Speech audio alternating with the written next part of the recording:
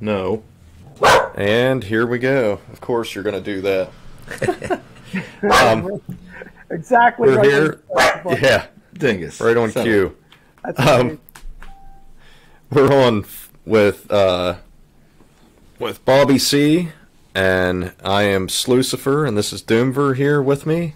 How's it and going? This is our test run for Forest for the Trees podcast. Bobby, would you like to tell a little bit about yourself and what group you're involved with? Well, like I talked about prior to us going live, we had probably a half an hour conversation, and that was really great. It was organic and it was real, and that's what my anonymous addiction at My Truth About AA is all about. As Bobby C sees it, when I say as Bobby C sees it, it's that's not coming out of the ego, because that's how I see it. So Jimmy can say as Jimmy sees it, Andy can say as Andy sees it.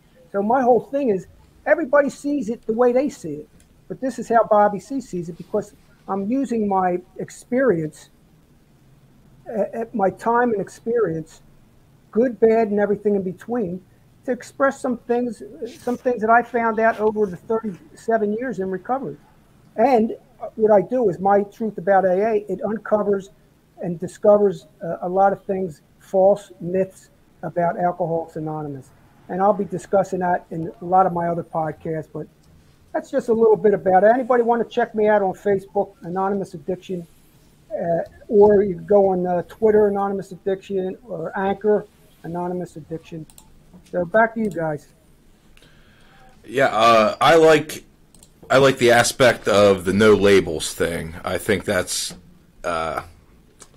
really honorable, and it keeps the stigma off of the person that's trying to get help. And that's a lot of actually breaking down and going to get help is the fear of being stigmatized as a junkie, as a alcoholic, as a drunk, as a, whatever the bad word is for whatever you're doing.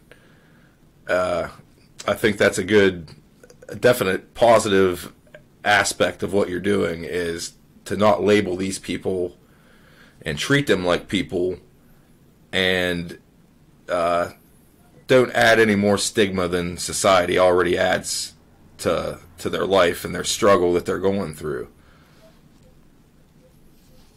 That's it. And it's I guess it's the whole walk a mile in somebody's shoes, like a lot of the people are sitting in a life where they've never been addicted to anything, and or maybe they have and can't identify it, but they're more than happy to look down their nose at the dude in the trailer park that's nodding out on his steps, not watching his kids, like because he's high on pills, and they're more than happy to pass some judgment on that guy. But why aren't they just as willing to try to help that guy? It's easy to look down your nose. It's easy to criticize. But what you're doing is understanding what they're going through and trying to send them in the right path. No, I appreciate hearing that. That's like I said before. I'm just pointing the way. They are the way. I believe anonymous addiction to freedom without labels. What my podcast is about is helping people deprogram themselves from programs. Like Alcoholics Anonymous is a program. They even say it right there. Alcoholics Anonymous, a 12-step program. Okay, mm-hmm. Narcotics Anonymous. Religion. I talk about religion.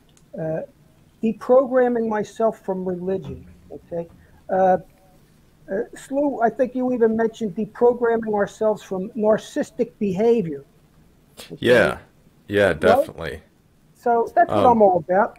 Giving information about the lies, the myths, the untruths, the manipulation, the coercion, it comes from the government all the way to the top of the pyramid.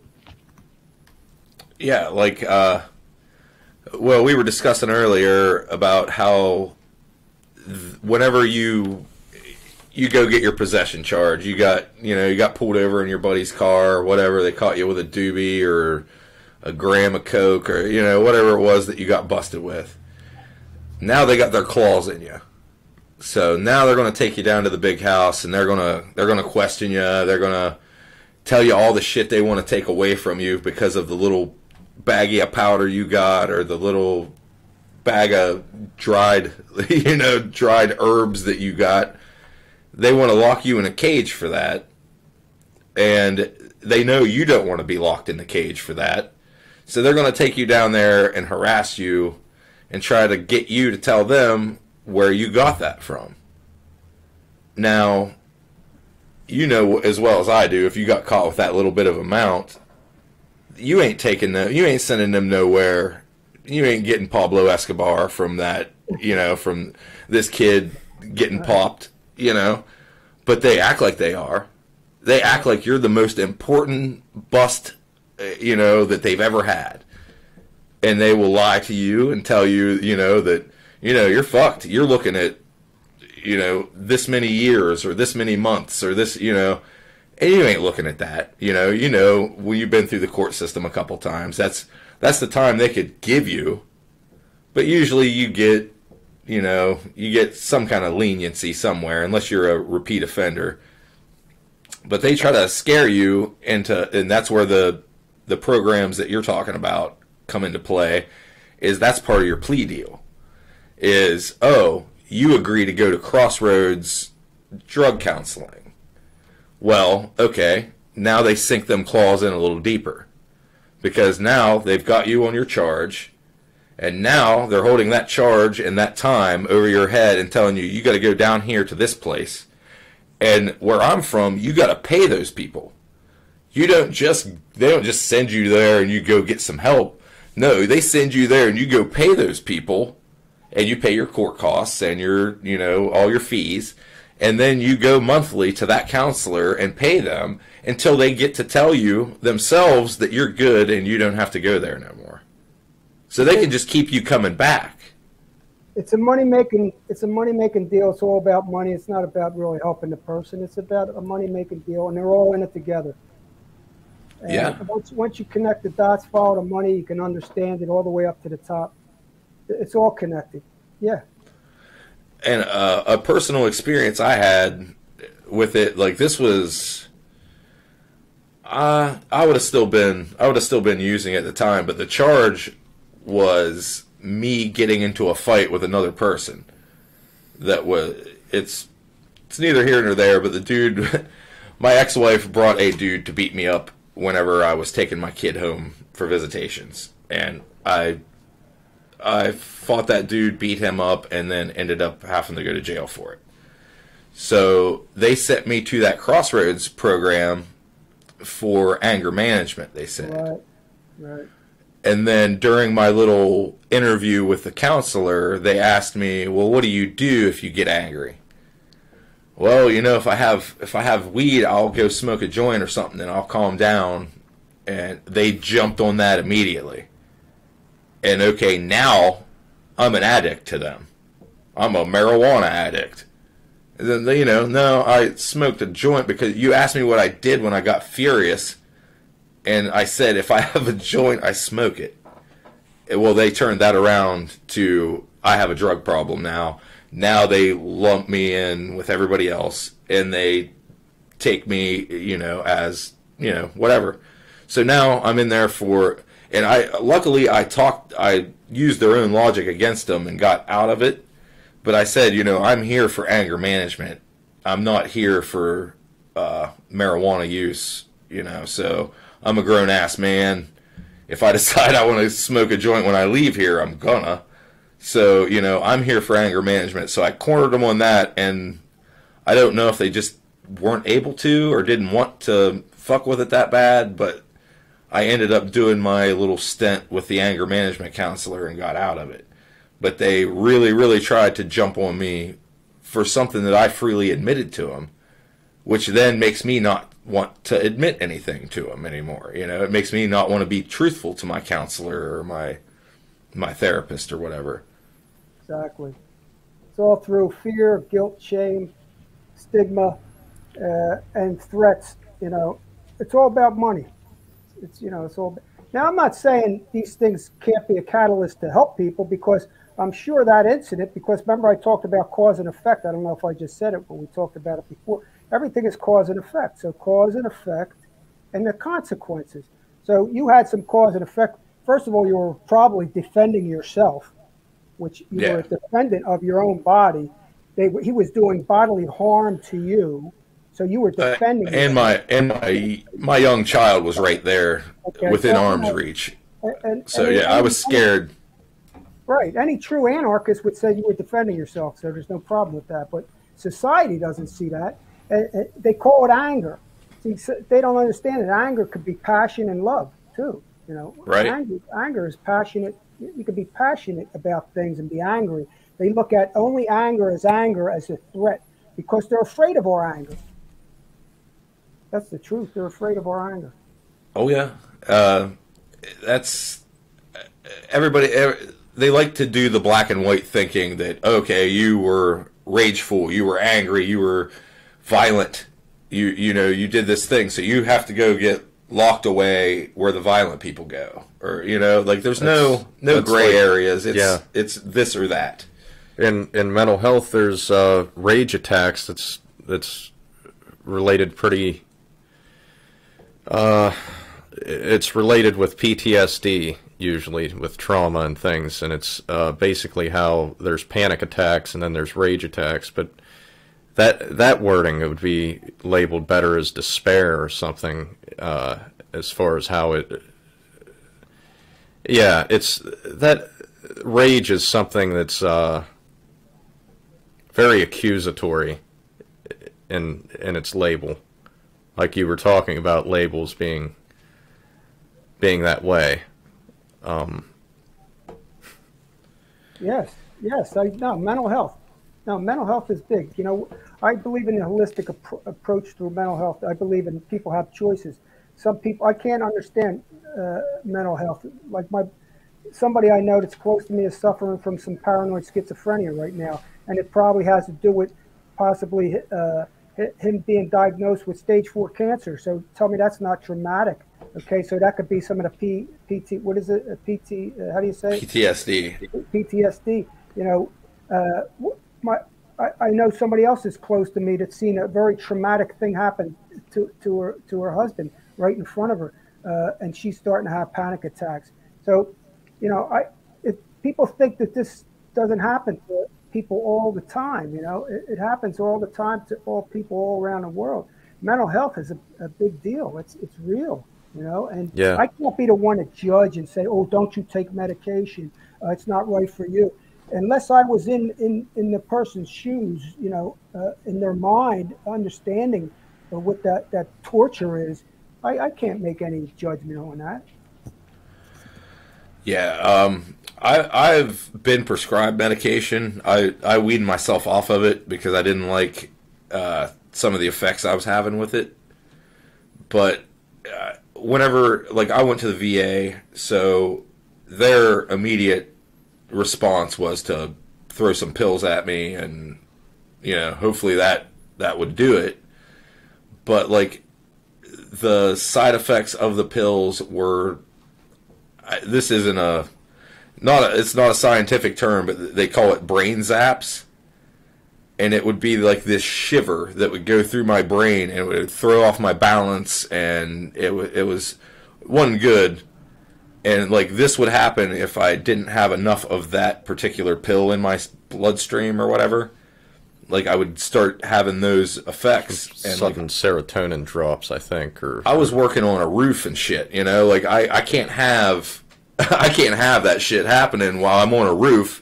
My inner ear or whatever it was doing would throw my balance off, and like my vision would get blurry a little bit, and it's like I can't be working on a roof or on a ladder or anything like that while having that type of effect happen, you know. So I had to get off of it, and they were telling me, you know, don't wean yourself off of it and this and that, but I did, and then I don't recommend that to anyone. You know, that's like you said. No, good for you. That was my own journey with that type of shit. But good for you, because I believe 100% they're misdiagnosing people constantly every day, and they're popping people on Xanax and all kinds of psych meds constantly. The pharmaceutical industry and the doctors. Doctors get paid. They don't even give a shit. They're not even studying enough about the person. They just automatically put them in. All you got to do is say you're depressed, and bam, you're on an antidepressant. That's what happened to me. They put me on 3 or 4 different ones, and instead of trying to actually dig in and do some research on the person that you're supposed to be,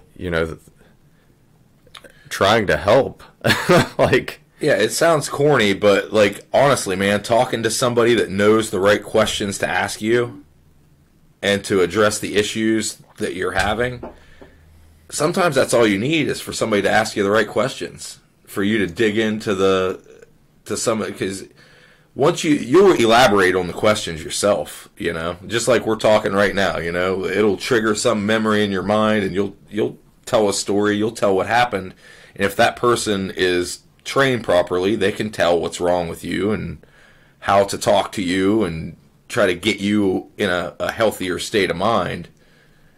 And I think, sometimes in extreme cases, maybe you do need that chemical. You do need that pill. Like if you're just absolutely worse off than what I was or what some other people are, like, man, maybe that is the answer for you. But and maybe it's not for life. Maybe it's just for a short period of time to adjust something, to give you a break for your mind or something, instead of putting you in a psychiatric hospital. I worked in a psychiatric hospital for 13 years. So, I see him, I used to see him, how they were on the medication constantly, and they were shuffling around, and they were like zombies walking around. So, yeah. I think that like you said, like people in everyday life want that special that pill that just makes it okay, and that's what they're selling you. Like they're telling you, okay, we see you have a problem. Here's the magic pill. You just take this and everything's going to be okay. And some people accept that and they just take the pill and they keep going, And is anything okay? Is anything better than it was? Or did it just lop the top off of your emotional center, to where, you're not having the emotional rage, but you're not really having emotional anything anymore. You're just, I don't know, you get numb, and like that's not cool. That's not desirable. You want to be able to love and feel emotion to your family, and and it's sometimes it interferes with that. Well, that's what my site's all about. Anonymous Addiction, My Truth About AA. It's really my truth about life. Okay, my experience through 37 years of working and dealing and talking with all kinds of recovery addicts and alcoholics, and you call them whatever you want to call them, all these names. Mm-hmm. What I discovered is you can go to a therapist for 10 years. Okay, talk about the same shit over and over again. Okay, or you could be on medication for the rest of your life too, and avoid all that stuff. Me personally, if somebody came to me and they did some therapy work, I wouldn't want to rehash all their shit. I would want to get to solutions. How are we going to get from here to there? Right. And how are we going to create the change that you need? Yeah. That's what I'm all about.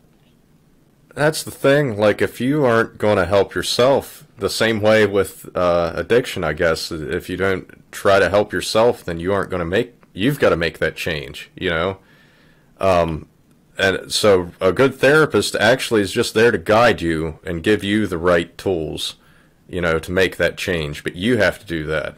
You can't, rely on anybody else. Exactly. That's why they call it self-help. Yeah. They call it self-help. I think all of those problems a lot of them are tied to just self-esteem issues and stuff too. A lot of different stuff deep down, and It doesn't take years to get through it. It's a money. See, everything, like I said, it's $1 billion. It's a billion. It could be $1 trillion. I don't know, $1 trillion. But the recovery industry is so great. There's so much money into the pharmaceutical, the alcohol. You know, all the alcohol industry is in the pockets of the government. The pharmaceutical is in the pockets. They own the government. They own the politicians. You know. Right. Oh yeah, they're lobbyists. You know, I believe we need to talk about. Look, I'm not a prohibitionist.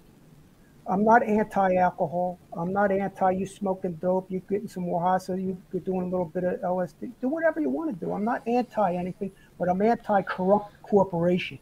Okay, and the corrupt corporation, no one talks about the alcohol industry. They all give it a pass because society has given it a pass because everybody does it. Well, I hate to tell everybody that alcohol is the most dangerous drug in the world. Okay. We don't hold the alcohol industry for the cause and the devastation it has on society. We never did. We need to talk more about that. Oh, absolutely. I agree. Like, the dumbest shit I've ever done has been on booze. Like, it hasn't been from smoking a joint, you know, like, it's been from getting shit-faced drunk at a bar and driving, or, you know, like, doing whatever dumb shit that I would get drunk and do, because it lowers your inhibitions. It'll make that dumb idea seem like a real good fucking idea at the time. And, yeah, and it's accepted. You know, it's in the Super Bowl ads. It's in everything, everywhere, you know. It's marketed to you. Marketed, it's manipulated, marketed, it's propaganda, it's a machine. And it's been doing that just like cigarettes, just like they did with cigarettes, just like they did with politics, just like they do with everything, just like they did with religion. They do it with everything, and it's you'll see it like even within the alcohol industry. Like anytime there's a upstart, you know, like a new beer or a new brewery or something, Anheuser-Busch and everybody's going to try to shit on that, you know, that little upstart because that's cutting into their profits. They don't want you going and seeing what kind of beer that the local brewery has. They want you buying that fucking Bud Light. They want you buying that Budweiser. That's Anheuser-Busch. That's the big, you know, that's who's paying the lobbyists. That's who's, you know, greasing Mitch McConnell's pockets. That's who's doing all these shady deals. And that's so they keep cracking down on everything other than alcohol. You know, marijuana's bad. All these other things are bad. But Anheuser-Busch is great, and we want them in charge of NASCAR, in charge of the Major League Baseball. Like, you know, like you said, man, beer's sold everywhere at sporting events, at everywhere. You name it. Yeah, and now you know they make the little cans with the no calories for the women, you know, and then they got the little cans, the sparkling now for the young kids. Yeah, the White Claws. My grandson likes the. He's 15 or 16. Well, if they could get their hands on a sparkling, because that's not really drinking. You know, that's what they're doing is prepping them. Okay, they're prepping them, and that's why it tastes good. Oh, it tastes good. They created this disease concept to say it's a disease. It's not the alcohol problem. It's your disease. You have a disease. Go to AA. And yeah, you're the alcoholic.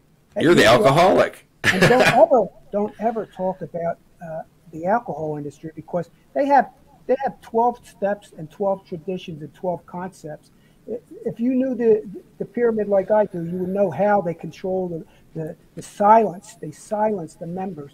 There's millions and millions and millions of members throughout the whole world. They silence us because they don't want us to talk about the alcohol industry. No, because the creators and the designers are the puppeteers from the top. Yeah, I believe it. Like it's just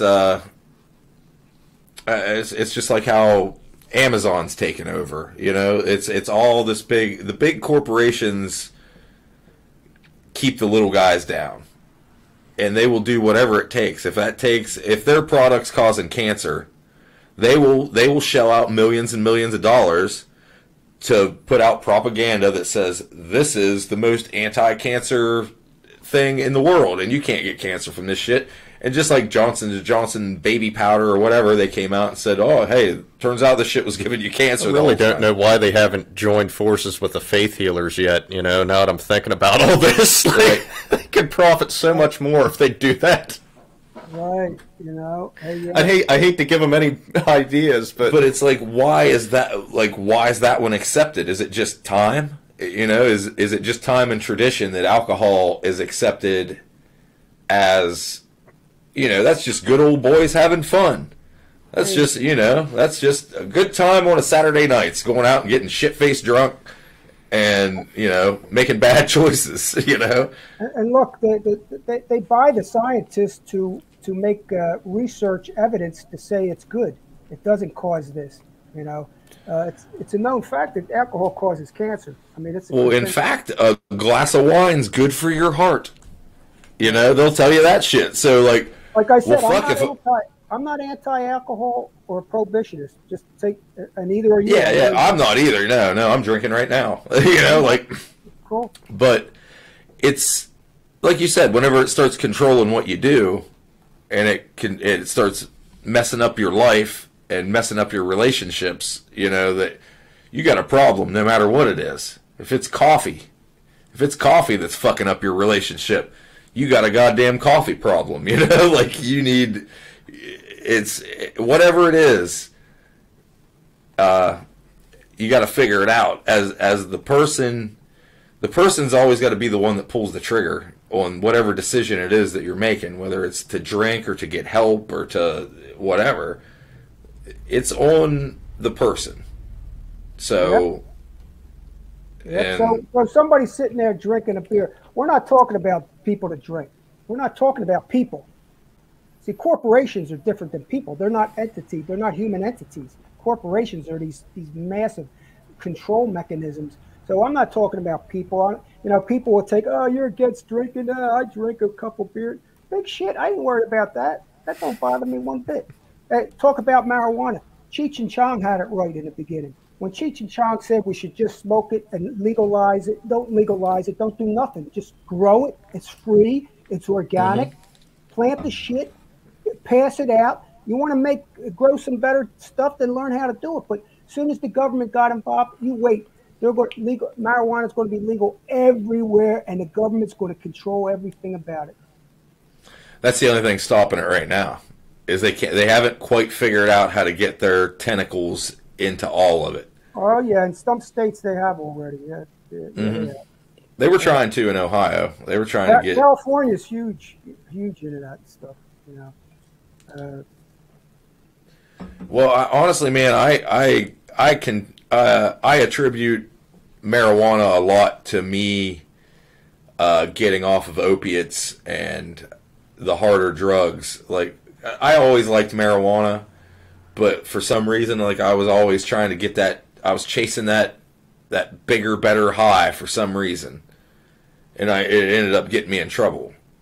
But whenever I was going through withdrawals and I was, you know, dope sick and just feeling like shit, I could smoke a joint and feel a little bit better, and it would make me want to eat something. Good. You know, and sometimes that's all it takes, man, is just to feel a little bit better and get your fucking appetite back. Yeah, you were reducing the harm of your drug of choice. You were reducing the harm by lowering the effect, which is good. And you know, today you're just a moderate drinker and probably smoke some, you know, pot once in a while. So nothing wrong with that. Yeah, I mean, and like, I don't, if I quit drinking, like if I don't have beer tomorrow, I ain't going to go through withdrawals. If I don't have weed tomorrow, I'm not going to go through withdrawals. So to me, you know, it's more of a hobby, you know, or a pastime than anything. But pleasurable outlet, you know. Yeah. Slew, come on, brother, get on here.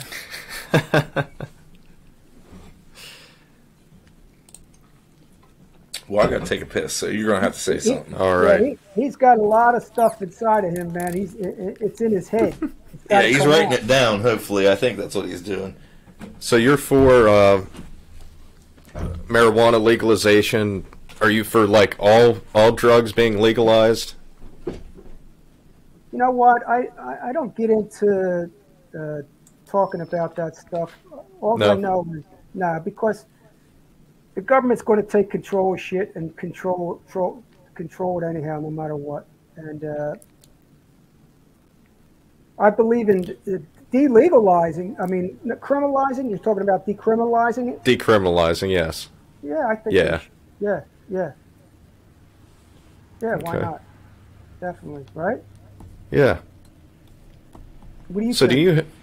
I think so. I mean, from what we've seen from statistics of other countries and everything, whenever they legalize, I think there's like a short spike of those drugs. You know, the testing or the experimental thing of it just becoming legal, but I believe that it drops afterwards, and they don't have nearly the trouble with, you know, drug-related crimes because it's not being targeted as that. How much worse can it be as right now? Right.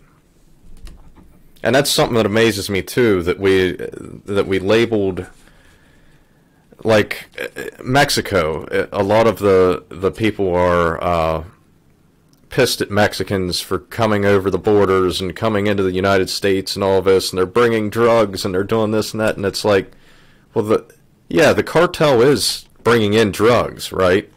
But you're not concerned about them. You're concerned about the other people. We aren't concerned enough to actually try to help the country right next door to us to any type of extent to try to solve this fucking problem or anything.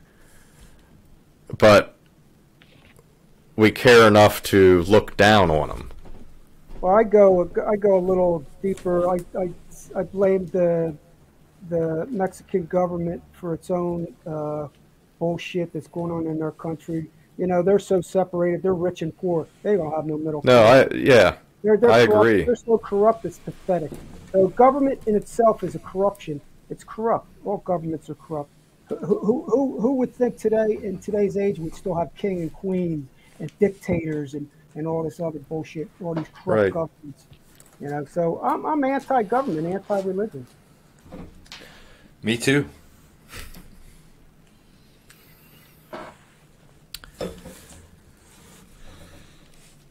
So what is your anonymous addiction? Is that you've got a podcast?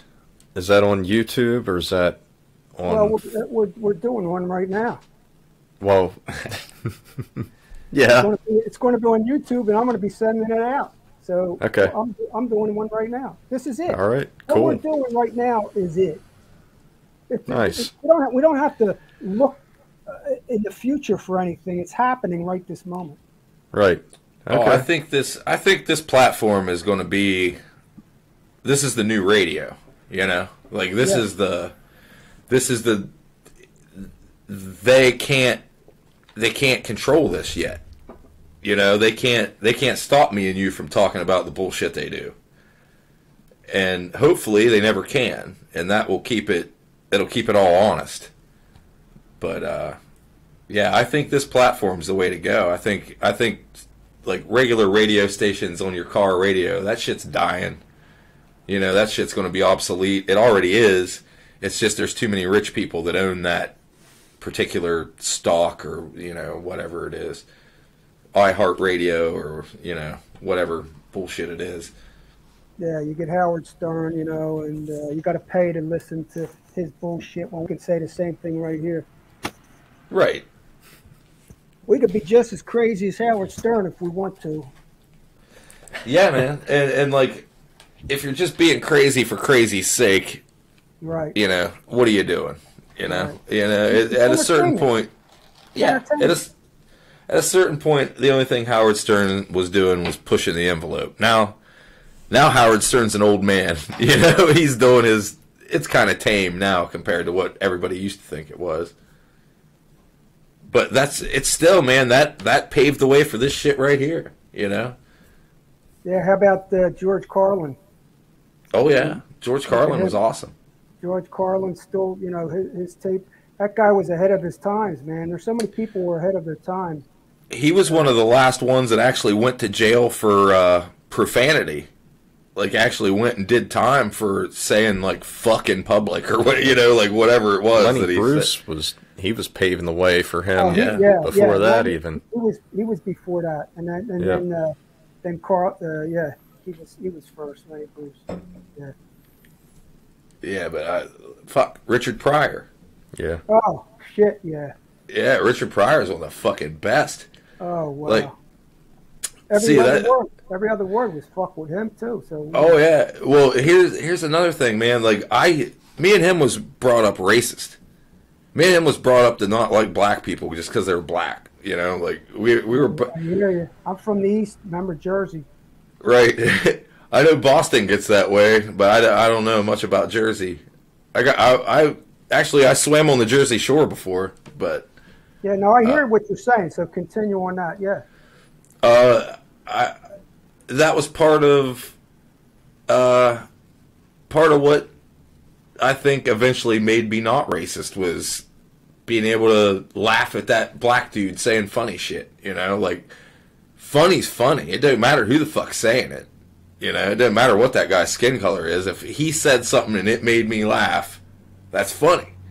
Right. So, I think that started chipping away at it, even though I had that beat into my head.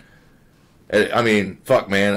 I date black women. I've totally fucking left that shit behind me, but that was a part of my upbringing was.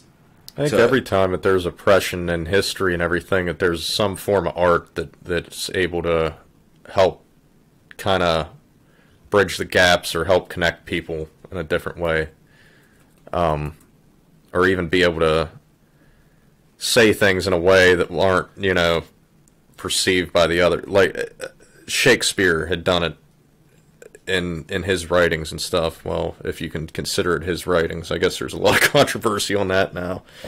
But regardless, I don't know. Like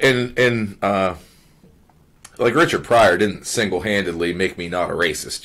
Like that was years of realizing that the shit that people that were very important to me had told me was wrong, and that was a door opening all of its own, like whenever I was in the Army, it didn't matter if I liked black people or not. My first roommate was black when I was in the Army. I won't say his name, but he was from fucking Cincinnati. Great dude, awesome fucking guy. But I was a little racist fucking hillbilly from fucking the Ohio Valley, Like, I was not used to that shit.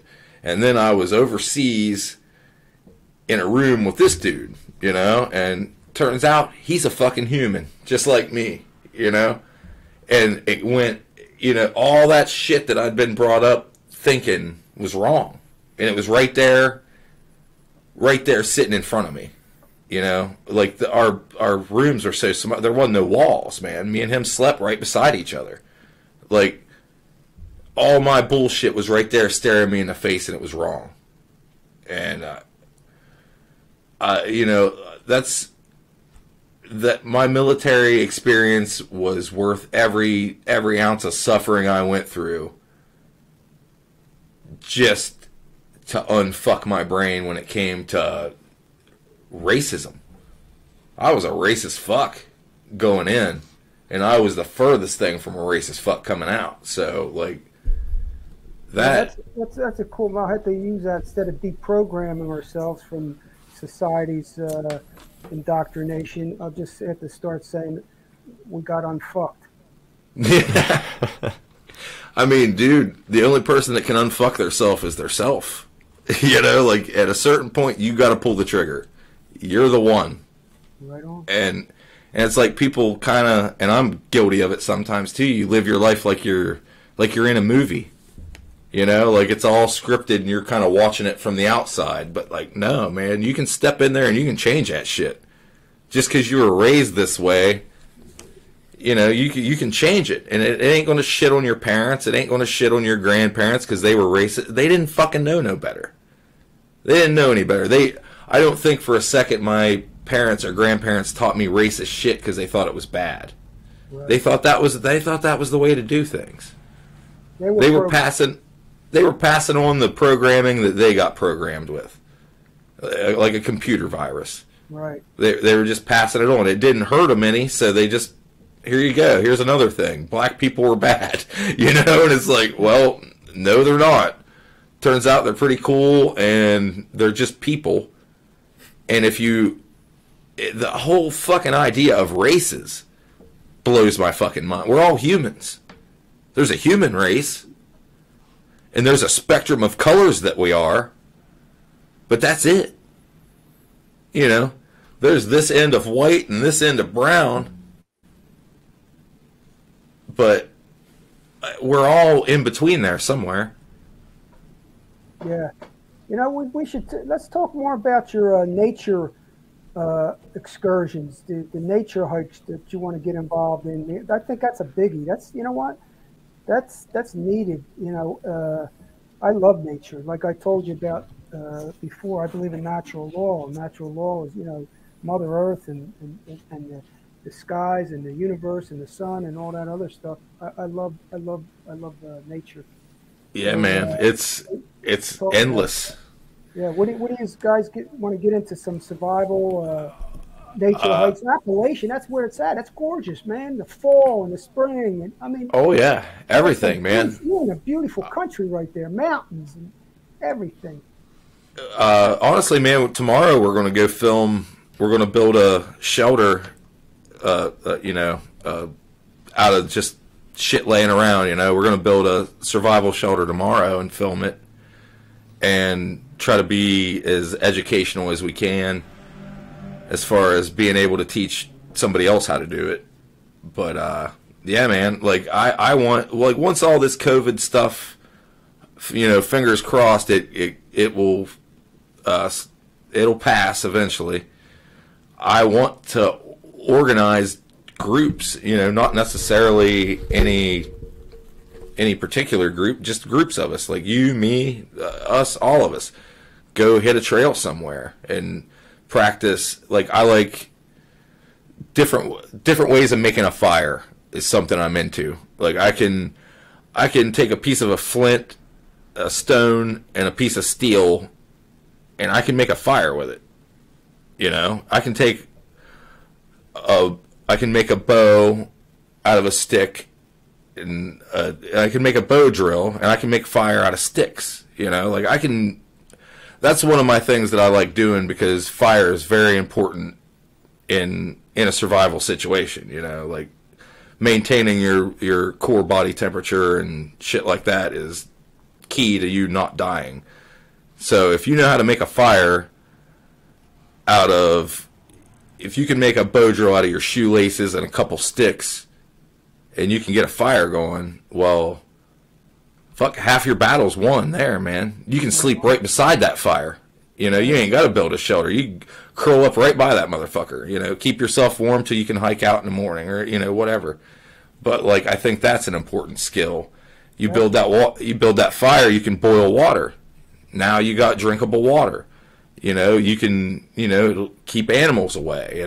There's all kinds of shit that fire is good for. And I want to teach people that. Just primitive fire starting. And from that, you can build on to foraging and things like that as well. Yeah, like, I know a decent amount of wild plants and wild edibles, mushrooms, and all kinds of shit that I can find and identify, and I'd like to teach people that. And as to where, like, mushrooms, you get into some uncharted territory there, where people can have allergies to them and not know it. So there's some dangerous areas there with finding them and eating them. Yeah, what they eat, poisonous or non-poisonous. You know, there's a lot of poisonous berries out there too, right? Right. Well, when it comes to fungus and mushrooms and stuff, there are ways to identify them with spore prints and shit like that, to where I can get a real good idea of what I'm looking at. And the general rule, the actual rule for me anyway, is if I have any shadow of a doubt in my mind, I throw it away. You know, I'm not going to poison myself trying to eat something and I'm not sure, no. Even, in a survival situation, you eat that thing and it's not the right one, you have just multiplied your problems by 10 and maybe just ended your life, like. At the very least, you're now worried about dehydration and all kinds of shit. You get diarrhea, you start throwing up. Yeah. You're going to dehydrate. Now you got to worry about boiling more water, making more fire. You're sick already. It's just not. It's not a good time. Like, if you're in a survival situation, you want the least amount of shit to go wrong that you can. But like, is Lucifer going to be with you over there? He's going to be on all the hikes and all that shit, right? Yeah. Oh yeah. Yeah, we'll be out tomorrow and hopefully have some kind of footage up in a couple days. But make it nice. Yeah, make it. I'm going to be sending some people over to your sites. I'm just like, me, where I'm at. I'm like, I don't want to play divide and conquer. That's all. I don't want to be part of. The stated fact of the divide and conquer issue. This podcast is much different than the other one that I'd shared with you from the past. Oh, okay, This is going to be leaning more towards we're into like the self-help, making yourself, making yourself better. Like I had a dude tell me, like, when it comes to camping or hiking or whatever, you pack your fears. You see these people, these giant packs full of shit and sleeping bags and all this stuff. They're packing their fears. They're scared they're going to get cold. They're scared they're going to get wet. They're scared they're going to get. I want to prepare people for that shit, so that's not a thing they're packing. They know I can go out there and I can make a fire. I can go out there and I can get water. I can go out there and I can build a shelter. That's what I want. I just want that basic shit to give people to go. And then if they decide that that's something they like, well, by all means, go find an advanced class. Or maybe by that time, I'll be giving an advanced class by that time, But, I can... I believe in the ground floor, the simplicity of it. I mean, what you're talking about is no joke. That's the real deal survival stuff. I mean, the problem is people always want more. They want to go pay for this. Hey, you're talking about the basic living survival stuff in the woods, in nature, and that's great, man. That's great. Yeah, man. I mean, to me, that's how we used to live. Like, that's how it used to be. Like, until we figured out how to make walls and cabins and stuff like that. People lived in little dirt huts. The Vikings lived in little earth huts.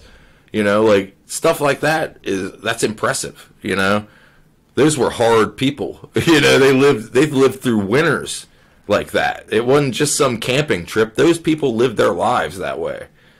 And like, I think that's also what kind of divides people today. Some people are self-reliant, some people aren't.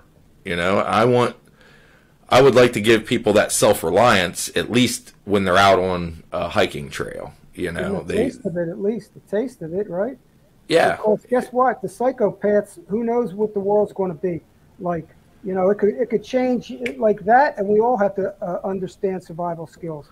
So, yeah. Well, even that, and I'm going to put a basic self-defense class in it, which is, I ain't trying to teach nobody to be a fucking MMA fighter. I'm not trying to make you a badass. I'm trying to make you knowledgeable, because to me, when it comes to self-defense, one of the main things is distance. I either want to distance myself from that threat, or the threat is imminent, and now I'm going to take the fight to that threat. I'm going to close the distance. If I know that that it's do or die, well, now you got to fucking deal with me. You know, like, it's not me worrying about dealing with you no more. Now you got to fucking worry about me. That's right. Do no harm, but don't take no shit. Okay?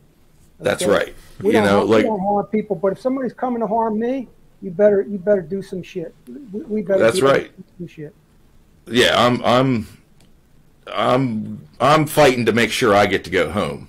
You know, at that point, be it a man or a bear or whatever, you know, I'm fighting that thing to be able to get home and see my kid again, you know? So, like, that's what I want to incorporate with minority groups that I have, that I'm trying to teach these things to. That, you know, I don't want them to be, I want the trail to be a comfortable spot for them. I want them to feel good out there. They can go out there and climb up on top of that big rock and sit there and look at the trees blow in the wind or whatever it is, you know, and feel at ease and that they are where they belong, you know. And plus, they're safe. They feel safe and protected with somebody that cares. Yeah, yeah. And I want them to be able to build their own communities and get their own buddies that goes hiking with them. And, you know, I'll do it for sure, you know, but I want to see their communities pop up here and there. I'll tell you guys, we're at 51 minutes and 10 seconds. So what are we going to do? Go an hour? Okay. I got another friend of mine that's might be coming on next. I don't know if you want to stick around or not. Let me check and see.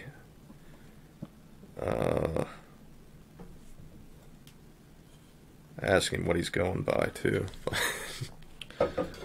But yeah, man, like, it makes me happy that you're into the outdoors, and like, that's something anybody can share if they like that type of thing. Anybody can go out, hike down a trail. It ain't got to be far, you know. If you're out of shape or overweight or just increments, man, you know, just you ain't got to go a mile. Go a quarter mile. Go, if you park your car there and you see a picnic table, you know, 500 yards over there, fucking walk over to that motherfucker, sit down and take it all in, you know, and walk back to your car and tell yourself, you know, next time I'm going to walk out there, I'm going to bring some water and I'm going to bring some food. I'm going to walk to that picnic table. I'm going to sit there. I'm going to take a break. And then I'm going to walk farther out there. And I'm going to see what's over there. You know, and just and I'm going to take it a step at a time. And I'm going to learn how to get back from that trail. Right, right. Yeah, like that's a lot of fear that people have is, you know, I take a trail and I get lost, I'm in trouble. Right. Yeah, I want, you know, you should always, you don't ever want to get lost. And you want to know the right things to do if you do get lost. You don't want to panic and, you know, take off in wild directions or anything. But just that little bit of comfort knowing, well, yeah, this is going to suck, but I know how to build a fire.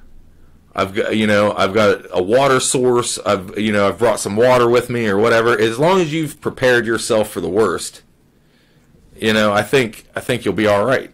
It'll at least up your chances. And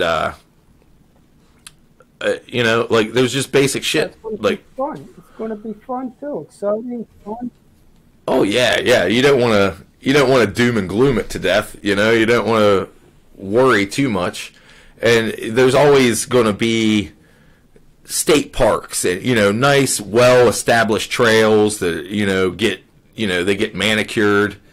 Like, there's great places like that. You know, you ain't got to hit the Appalachian Trail and try to walk, you know, 1,500 miles. Like, you can take it easy at your state park or your local whatever it might be, you know, just a little town park even.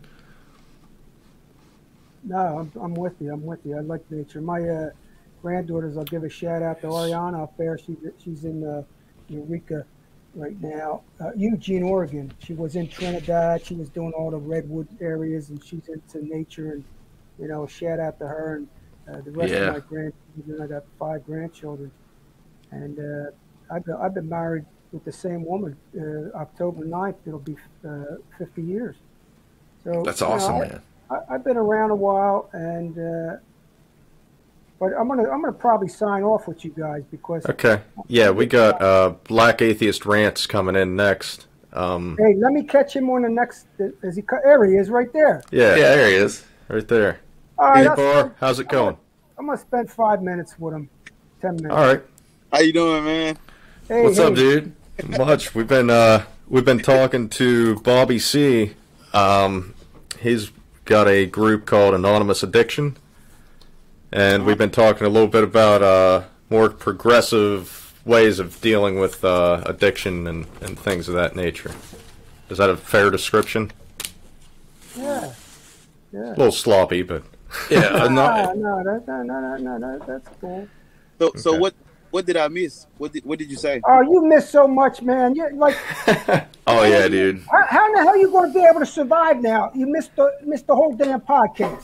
We're gonna have to make a new I podcast don't just wanna with hear you, that man. excuse shit. You're coming in here late and making excuses, and now you want to know everything. What? I thought I'm you on- said it's 8 o'clock where I'm at. oh, okay. Yeah, he's in Tennessee. He screwed you then, man. I didn't screw you. He screwed you. You know, that's how you gonna do it. That's probably where the other guy is. Tennessee. So what are the more progressive ways to deal with addiction that you got? What did you guys say? Doing Uh, your stuff. Well, that and reducing the stigma of calling people crackhead or junkie or it's somebody that has a sickness and they're trying to get help. Mm-hmm. And we don't. And his thing is without labels is the second part of the anonymous addiction without labels. Correct. Yeah, that's where it's going. So he ain't trying to put you in a box and trying to shame people for their problems, you know. Hey, when I talk about addiction, I'm talking about everybody's addicted to something. You know what I mean? I don't care what it is. If you ain't addicted to something, you ain't a human being. So when I'm talking about uncovering, recovering, discovering things about ourselves, the world, and the universe, I'm talking about us all. You know, not just this one and that one and this one. Oh, we got to always focus on the alcoholic, the addict. Hey, we're all suffering with some shit. Yeah, and it's not some evil thing that's out of reach or unattainable, or He's got his thing muted. What did you do? Can you hear me? Can you hear me? Yeah. Yeah. I read a post and I think that they were trying to be funny, but it was like the worst part of like having an addiction is ending up religious. That's what they said. There we go. That's what I'm talking about too. That's part of it. That's Thank part you. of it. Well, that's the whole deal. We were talking about that for about an hour here. See, this thing ain't no religious thing because religious gets in the ways of it because it controls the person. So it takes your body, mind, and soul, captures it, and steals it. And it ain't free, my man. It ain't free. We think it's free. You know, you go to Alcoholics Anonymous and think it's going to be free. You go to Narcotics Anonymous and think it's going to be for free. They want you to do these steps for life and recruit others for life. And they'll tell you if you don't, you're going to die. You know, and that ain't the way we roll over here in Anonymous Addiction. That's for sure. That's great. We need more places like that. I can't think. And no holding shame over your head or giving you little tokens, and then once you've made your 90-day token and you fuck up a little bit, well, now that's all no good. You know, now all the hard work you put in is no good because, you know, you failed the magical 12 steps or whatever.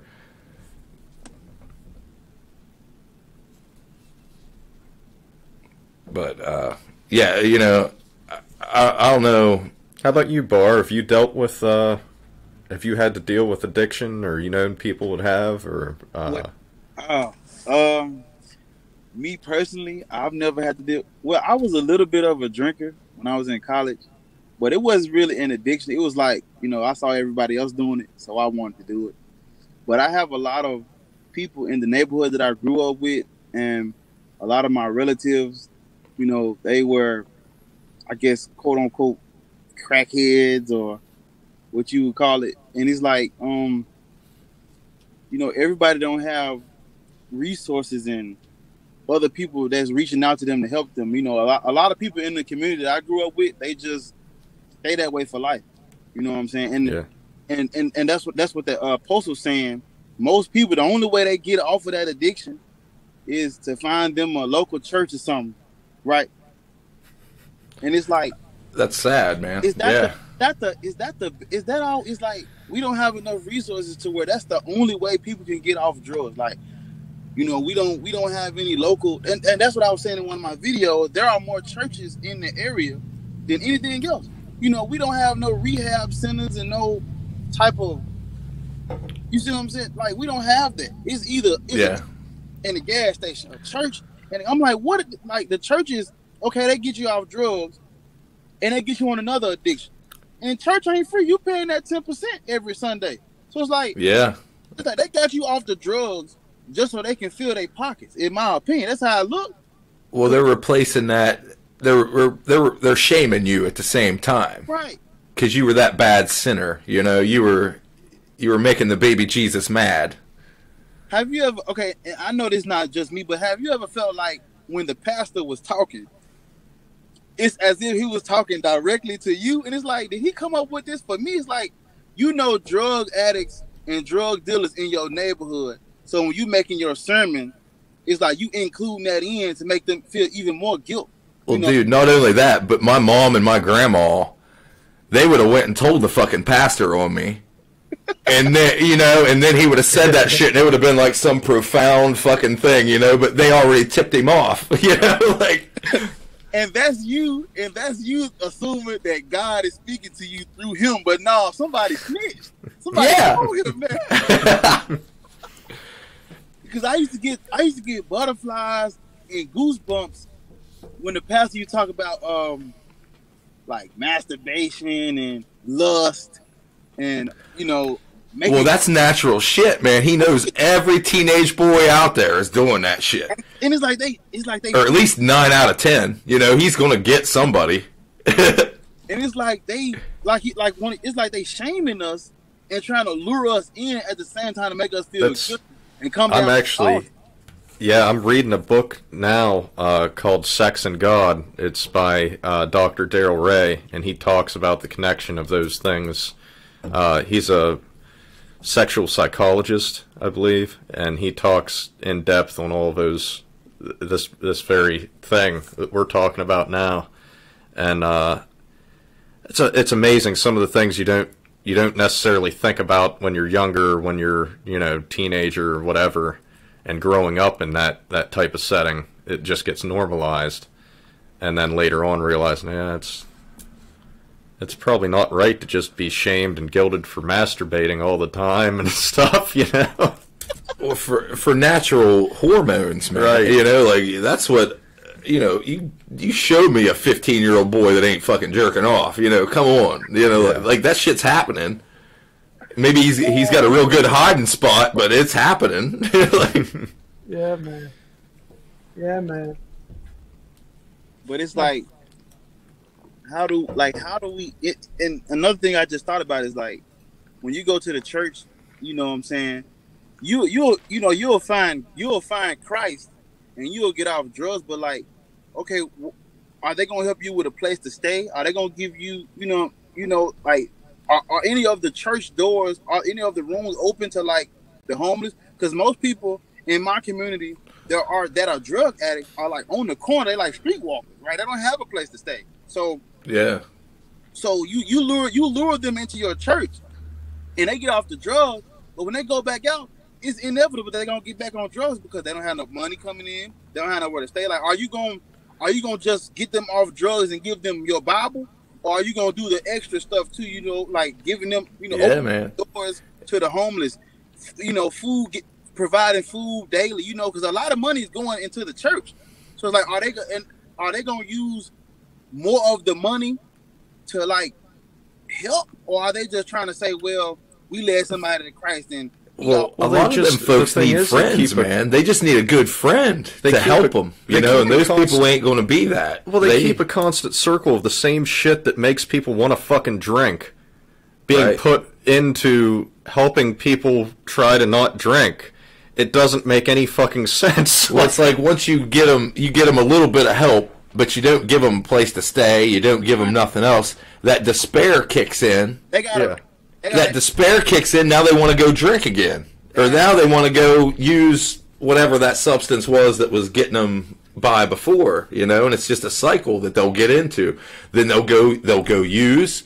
They'll go back to church. They'll apologize to Sky Wizard for using, and then they'll get down on their luck again, and they'll use again, and then they'll go back to church, and they'll apologize, and that pastor will feed into it, and he'll tell them what a piece of shit they were for, not in those words, but he'll, yeah, you was lost, you were bound by Satan or whatever it was, but.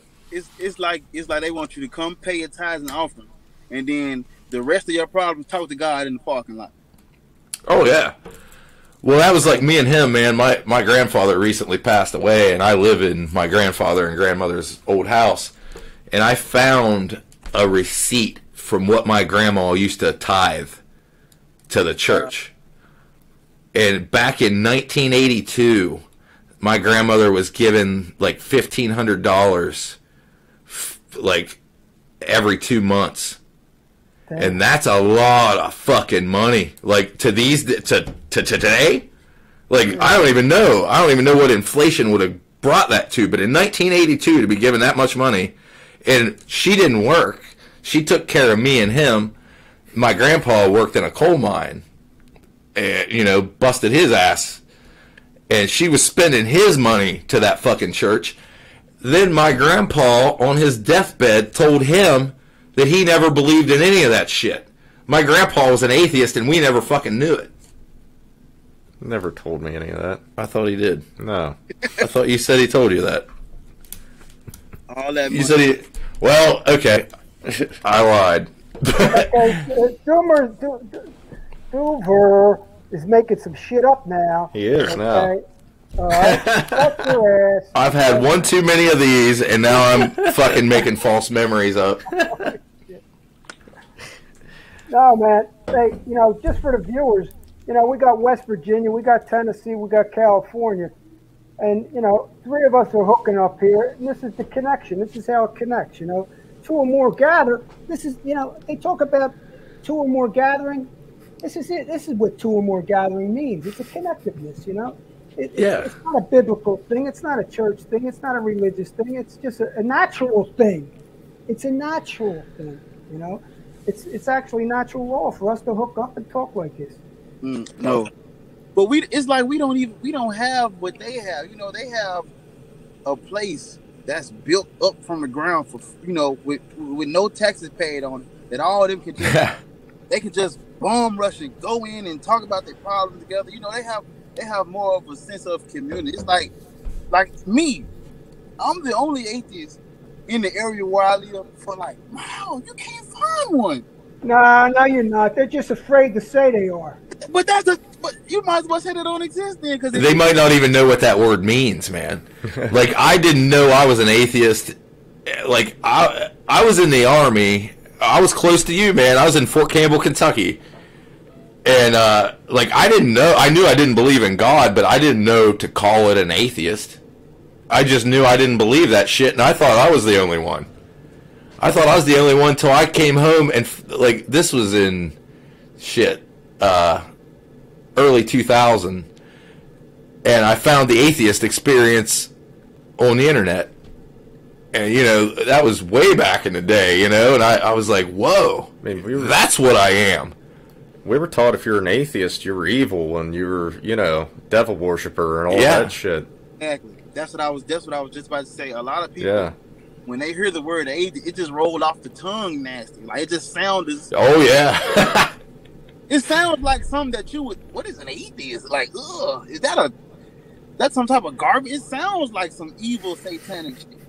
Well, yeah, and the old ladies at church are going to whisper it. They ain't going to say that shit out there. Going to be, he's a fucking atheist. They ain't going to say it out loud because they don't want the little kids asking questions of, well, what's that? You know, like Exactly. So see, that's where I'm at with this no label shit. Okay, now just listen to me for 1 second. Now, you call yourself an atheist, go ahead. I mean, I ain't telling nobody what to call themselves. You call yourself whatever you want to call it, because when I leave this podcast, you're going to label me something anyhow. You know what I mean? Bob. Label me Bob.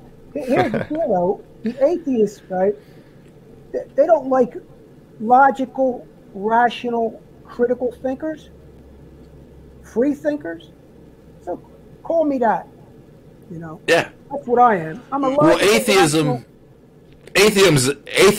is just a position on a question. Is there a God? I don't think so. I'm an atheist. But Right. that's it. You know, that's all. There's plenty of shitty atheists that believe in all kinds of bullshit. And then you can tie on whatever you want. The other ones are just answering other questions, Gnosticism or agnosticism, Right. speaking to knowledge, and then you've got... Yeah, I'm an agnostic atheist. Is there a God? I don't know, but I don't believe so. Right. You know, I'm willing to be changed. I'm willing to have my mind changed, but you'd have to show me something, you know? If someone came up to you and said they were an atheist, you wouldn't be able to tell anything else about them except for you know that they're not convinced of a God. But everything else is something else. You have to ask me my favorite food and my favorite color. Right. You can't just assume because I'm an atheist I chop little kids up and eat them for breakfast and dinner. You can't just assume that. No, that's like all part of their taste. propaganda. Is atheist bad because that goes against all their little bubble that they're in. So you know you're coming into their little bubble and just flipping the table up in the air, and like they don't know what to do with that shit. Like that dude. Did you watch that debate? That dude you had on your the dude with the beard that you had on your podcast. The EA show. Yeah. Did you watch his debate with that dude, the Hispanic dude? Yeah, I watched it. I mean, that dude was so outclassed. Like, he didn't know how to respond to any of those arguments, Like, he didn't know what to say, but he was still so sure in himself. He was sure that, he had all the right answers, but he just wasn't saying it right or something. And it was like, to just watch somebody struggle in that place. Because I've been there, like I've been in that place. And just watch him spin his tires trying to talk to somebody that knew the argument he was trying to make, was telling him the argument he was trying to make, and then him be like, well, no, that wasn't what I was, like, it's like, wow, man. I had someone today, they told me under a post, they were like, Christians shouldn't talk to you, and they shouldn't have a conversation with you because you're a devil worshiper. You believe in, because I'm an atheist, I worship the devil. And I'm like, you don't believe in him either. Yeah, I don't believe in that dude either. Yeah, God and Satan is a package deal. You can't, if we say we reject half, that includes the other half too. You don't get to just assume that we are all Satanists and devil worship. No, we don't. Even the majority of Satanists aren't actually worshiping a literal Satan. It's the theistic Satanists, the anarchy part of it, and all of that more than anything that they're not even worshiping, but going by.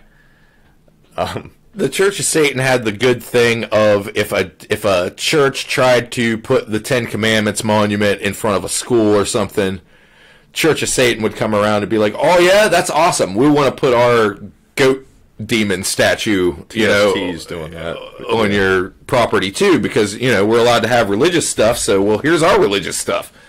So I think that's a good thing, to counteract the bullshit that they want to put in public places. But like, there are people that start getting crazy with the Satanism shit too. Like, he knows, like, he was a part of it, and it just gets into this high school drama shit. And I wanna going back to the Hispanic guy. On my show we had 3 people back to back call in and say that they are right and they can't be wrong. But you gotta understand, like, the church has more influence than atheists. So it's like they don't think they can be wrong about anything, and they're spreading their false messages, at a higher rate and faster than we are. So it's like, before we can even explain what an atheist is, even people that's not religious already got it in their mind that we are devil worshippers and we are evil and we are sick. And it's like, you didn't even ask us before. You just assumed that going off of what the church said. Well, that's the labels that Bob was talking about. Yeah. Let me jump in with that label deal because I'm big on that. Yeah. Okay, so let's just say, let me ask Rant something. Hey, Rant, about spirit. What, if I said to you I'm spiritual, what's your response to that? If you told me that you were spiritual, I would ask you, what do you mean by spiritual? Like, define it for me. Okay, I defined it in about an hour ago, but even if I defined it, you're coming, not you, but people. If I defined the word spirituality, they're still coming from a different perspective. They're coming from a different reality. They're coming from different beliefs and different knowledge. So it doesn't matter. The word is going to separate me no matter what. So that's why I don't even like the word spirituality anymore. I don't consider myself an atheist, but let me tell you something. I'm anti-religion 100%. Okay, I'm anti-government 100%. See, what they're doing is they're destroying words. They're destroying the word spirituality, because street spirituality is common sense, really. Atheism, they're destroying the word atheism. Okay, you know what else they're destroying? They're destroying the word anarchism. Okay, anarchy. They're destroying that. TV is making it into something that it isn't.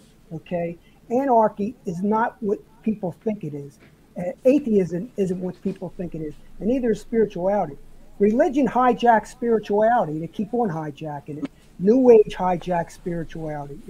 So these words, they do, sometimes they do more damage than they do good.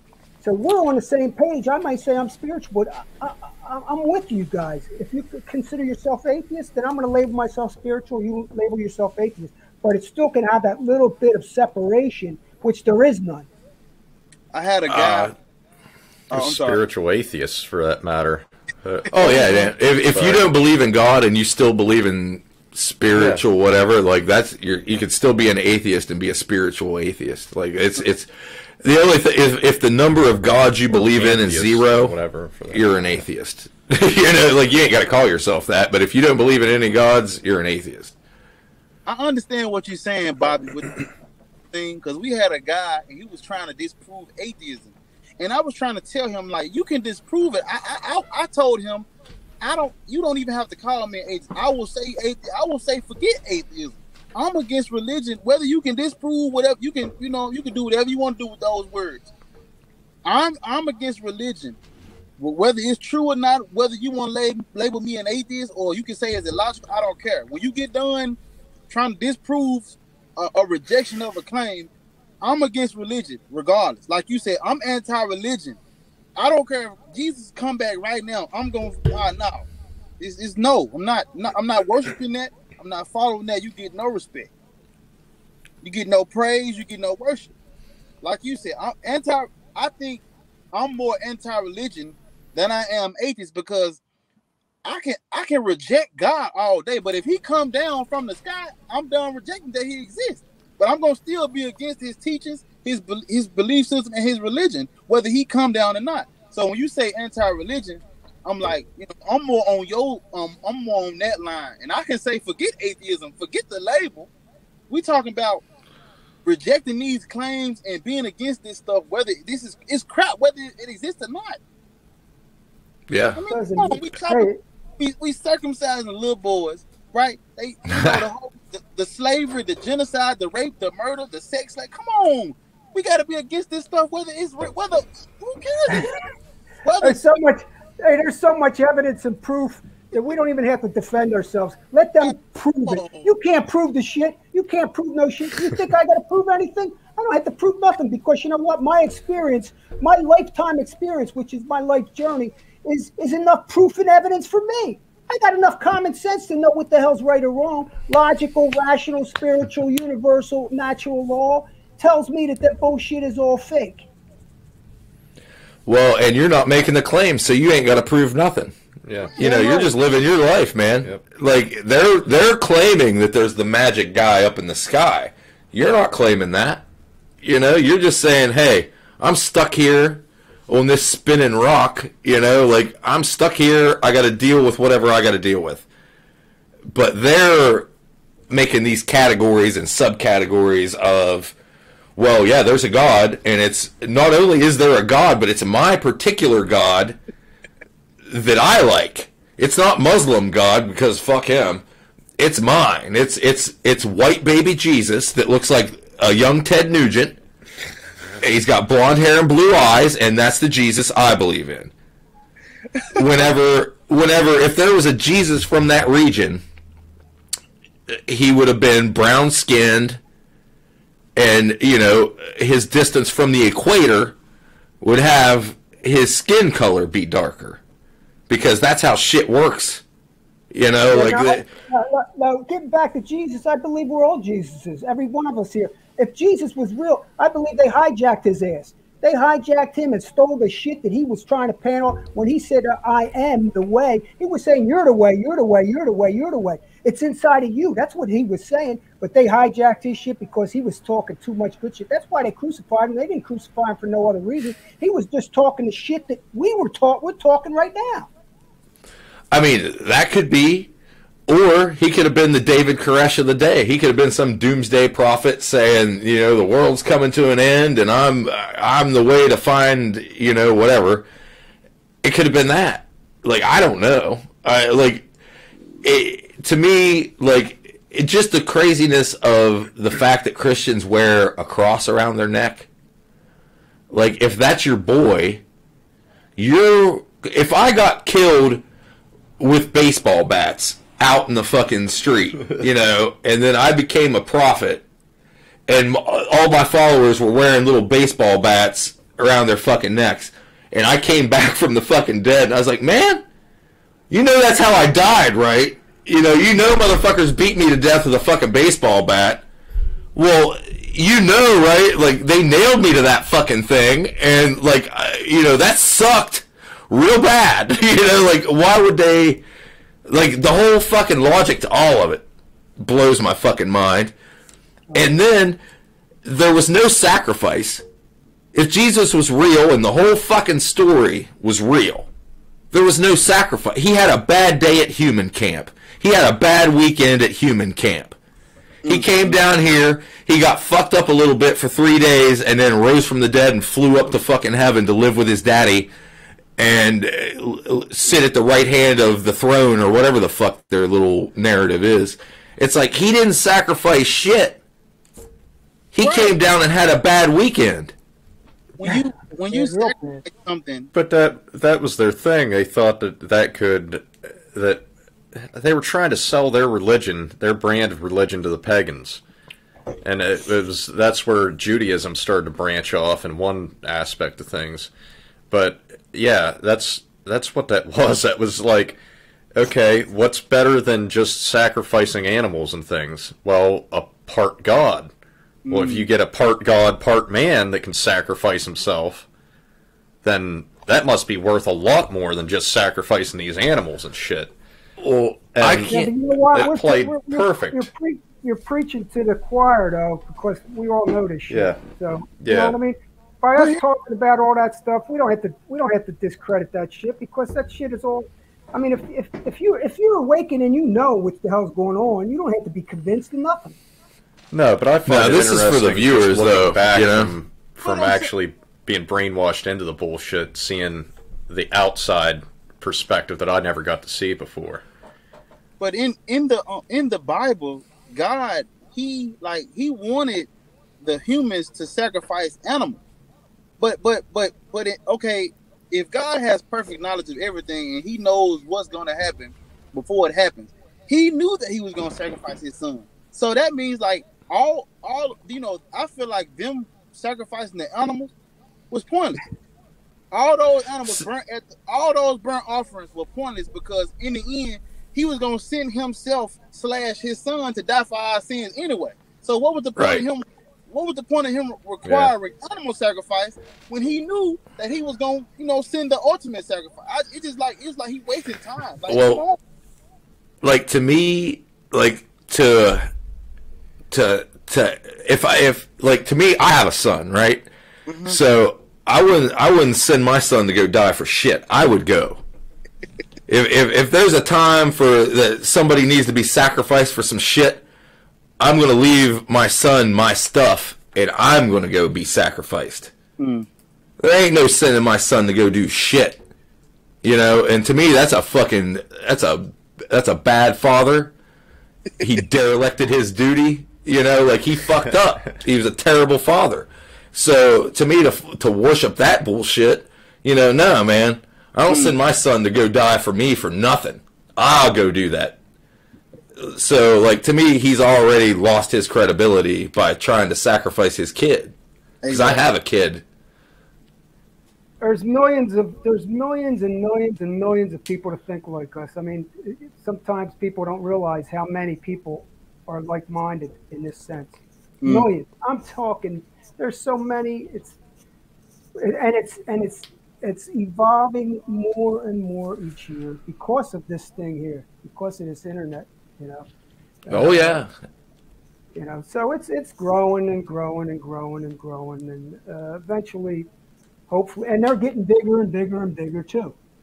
Yeah, okay? This is definitely important for They're getting bigger and bigger and bigger and more powerful, and separation of church and state—that's all bullshit. They're all one. If you try to separate that, it is now. It ain't never going. They are the same. They ain't different. They are the same. And I know you guys probably don't really buy all that, but I do. No, I think what you're saying is true, man. There's too many people in each other's pockets. I just want more atheists to feel comfortable saying, fuck this shit. Like, man, we all this respect and belief. No, I don't do that at all. The only reason that the government passed anything for like the Satanic Temple to become a religion is because there's the only other it's technically an Abrahamic religion. The only other fucking thing they could have done is tried to call it a cult, and then how are they going to distinguish between a cult and a religion? And then that fucking ties into like all of the other exemptions that they have that they're already using up. Hey, they let Scientology. Look at Scientology. Yeah. Okay, look at that bullshit. Look at the Church of the Mormons. Yeah. I mean, that shit's young enough to. I hate to tell you, Alcoholics Anonymous is a cult. Okay, it's a definite cult. Yeah. It's a religious. It's religion based. Yeah.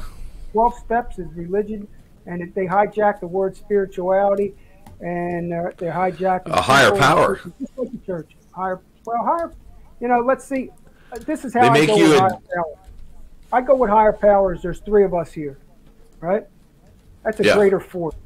That's a greater force than 0. And I'm high as fuck right now. There you go. See? So that higher power shit was kidnapped too. That was like hijacked and kind of made into this big deal. There's power in numbers. Okay? Yeah. Is that power greater? It's what you make of it. If you got the numbers and you don't do nothing with it, then I guess it ain't. But well, they know. See the people that are pulling their strings. They know there's power in numbers. They know that. Look at the churches, how big they are. Look at the power. Well, there's power in uncertainty. Yeah, they're making their money off uncertainty because, even if you ain't. Like, we ain't 100%. I don't think any of us would say we're 100% sure there's no God, but I'm 99.9% sure there ain't. But there's people that are less convinced than us, and they're preying on that. They're preying on that fucking 75%. They're preying on that 65% that they can turn back to 50-50. They're wanting you to hedge your bets on their side.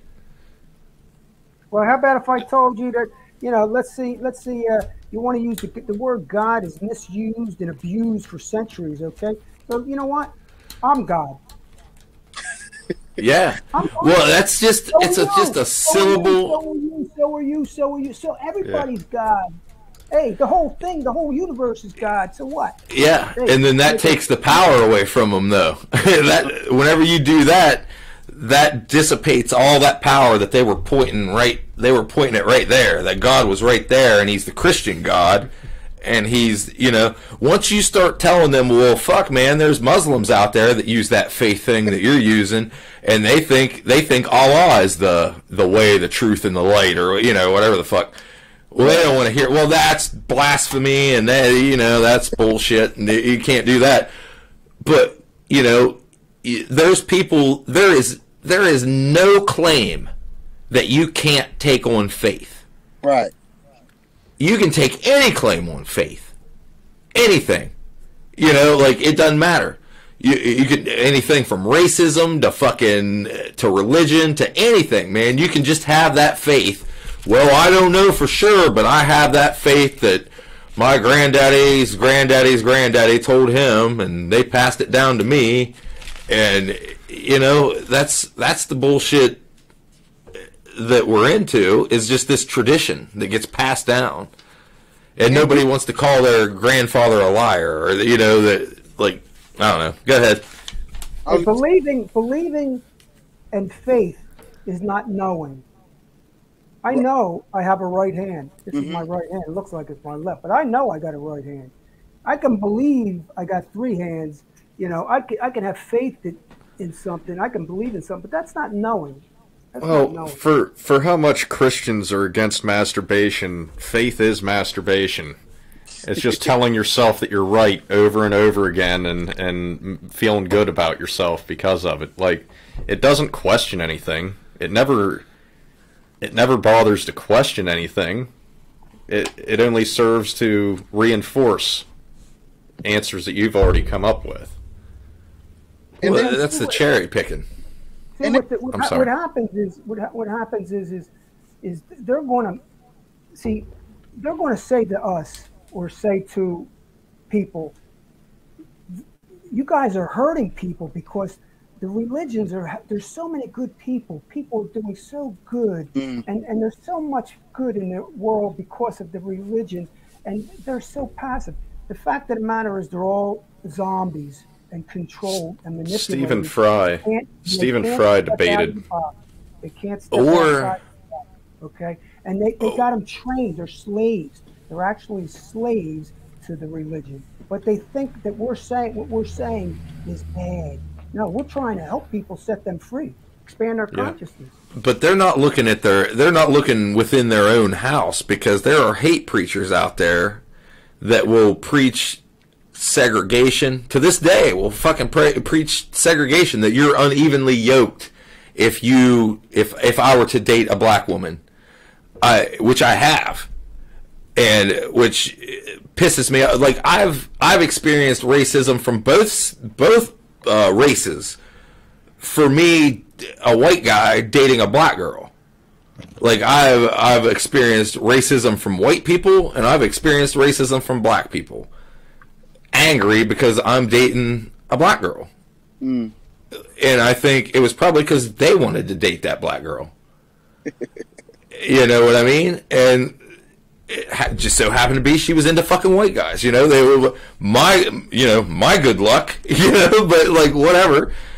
But like, that was one of the first times I experienced it. But I mean, Bar, you might be interested in hearing this. I used to be racist. Wow. I used to be a bigot, man. Like, I was raised in a Southern Baptist white church that told me that black people were different. Like, I don't, and I mean, it's embarrassing to me to tell you that. I'm not fucking proud of it. I'm the opposite of fucking proud of it. But people, go ahead. I was gonna say, and people want other people to respect those beliefs, though. That's my problem. We had an atheist on the show the other day. He was like, respect everyone's belief. I'm like, But listen to what you just said. There is someone out there who is teaching a whole congregation that. Like, I listened to that guy. I listened to that dude for like 5 minutes, and I thought he was a theist for 5 minutes while he was talking. I thought he was preaching the other side. Yeah, so, yeah, man. Like, I don't know. I just know that luckily I was attracted to black women, and I can't control that. You know what I mean? Like, I can't just be like, well, nope, not today. Not today, Satan. I'm not fucking attracted to black girls today. No, man, I am. So, like, that kind of shit that was deep inside my brain, like, that's just how it works. I like white girls too, but, like, that, you know, that was a thing that stood out to me because they were telling me that this was bad, and I'm like, oh, fuck. You know, I'm bad then because, you know, of the thing I prefer. I want to say something about like with the whole racism thing. This is why I don't like to believe things off of my personal experience, because me personally, I've never had like, I've never experienced like racism from white people. Like when really? Yes, this is crazy. Listen to me now. I do judo, and like all of my coaches are white. The whole team is white. I used to go to church. One of my judo coaches, his whole church was white. You know, every time I got pulled over by a police officer, they were white. It was like none of these people have ever treated me differently because of the color, but because of the color of my skin. Now, what if I were to use my personal experience and say, well, racism doesn't exist because I've never had a white person treat me any kind of way? You can come up to Ohio for a bit. I mean, yeah, I can take you to the racism, man. But fucking, that's a good point, though. That's a great point. When I tell people I've never been, treated bad, they like, really? I'm like, yes. None of these white people have treated me. They've never treated me wrong, never. And I would. That's good, man. I'm proud of those. I am proud of those white people. That makes me more proud of them. But for me to say racism doesn't exist because the white people in my life have never, I can't say that. All I can do is respect them more and care for them more, because I know that is a thing that they, like you, like what you grew up around. I'm pretty sure they grew up around it, and they didn't act on it, right? They treated me. Right. I spent the night at their houses. You know, my car that I'm sitting in right now. Oh, why I got bought this? He saw me in the newspaper. They did a story on me in the newspaper. He called me and bought me a car. Right? Shit. My first job came from a white person. My first, we used to go to like national tournaments in Dallas and in Indianapolis and other parts of they would pay for everything. And it's like I never they treated me like family. And I like from day one, it was like I was already part of the family. Nobody cared that I was black. Nobody cared that I was the only black guy there. Nobody treated me, you sit at that end of the table. No, it was like a family the whole time. But it'll be, and this goes back to personal experience, I can't say, well, racism don't exist, because I can't say that. All I can do is appreciate people like y'all and appreciate people like the people in my life more. I call them up all the time. I try to, if they need yard work done, whatever, I try to do whatever, because I know they could be that way. They could, but they're not. And it's like, wow, people, not everybody's like that. But you still have to, recognize that it's not always like that for everybody. Everybody's not like you, to where you could be brainwashed with that crap. And you know what? That's not crap. That's crap. That's not right, and it's wrong. So I can't do nothing but, respect you and people in my life that I can't do nothing but respect y'all more, because I know you could easily say, you know what, black people are less than. Let's just go around hanging motherfuckers. You could do that, but you're not. Our church was spreading shit that was like I thought that there was like 50% of the population was black. They would tell shit like that. And it might not have been during the sermons, it'd be afterwards, and there'd be racist jokes and shit being told. And, yeah, you get brainwashed into that shit and think that minorities are going to compete with the majority of the population, then I know that they're scared of the other. You know, they're always scared, and it just so happens that the church that we were in and the town that we were in it's all white people. Like, for real. Like, I mean, there might be one black dude that lives in our town, maybe, but I don't think so. Like, I ain't met him yet, unfortunately. But it carries easy in those communities because there's no black people to draw any data from, you know. And I don't know, like, I joined the Army when I was 18, and that I was telling Bob and them earlier that, like, my first roommate when I was in the Army, I was in Southeast Asia. My first roommate was black. So little hillbilly from fucking Ohio got thrown in the room with a black dude who was cool, you know, who was awesome. I love the dude, you know, but like, that was the harsh reality that I got handed, you know, and luckily I did. You know, I'd never trade those experiences for anything, because that opened my eyes. And I think that's a lot of people's problems, is they never leave that little 50-mile radius of where they live, and they get comfortable there.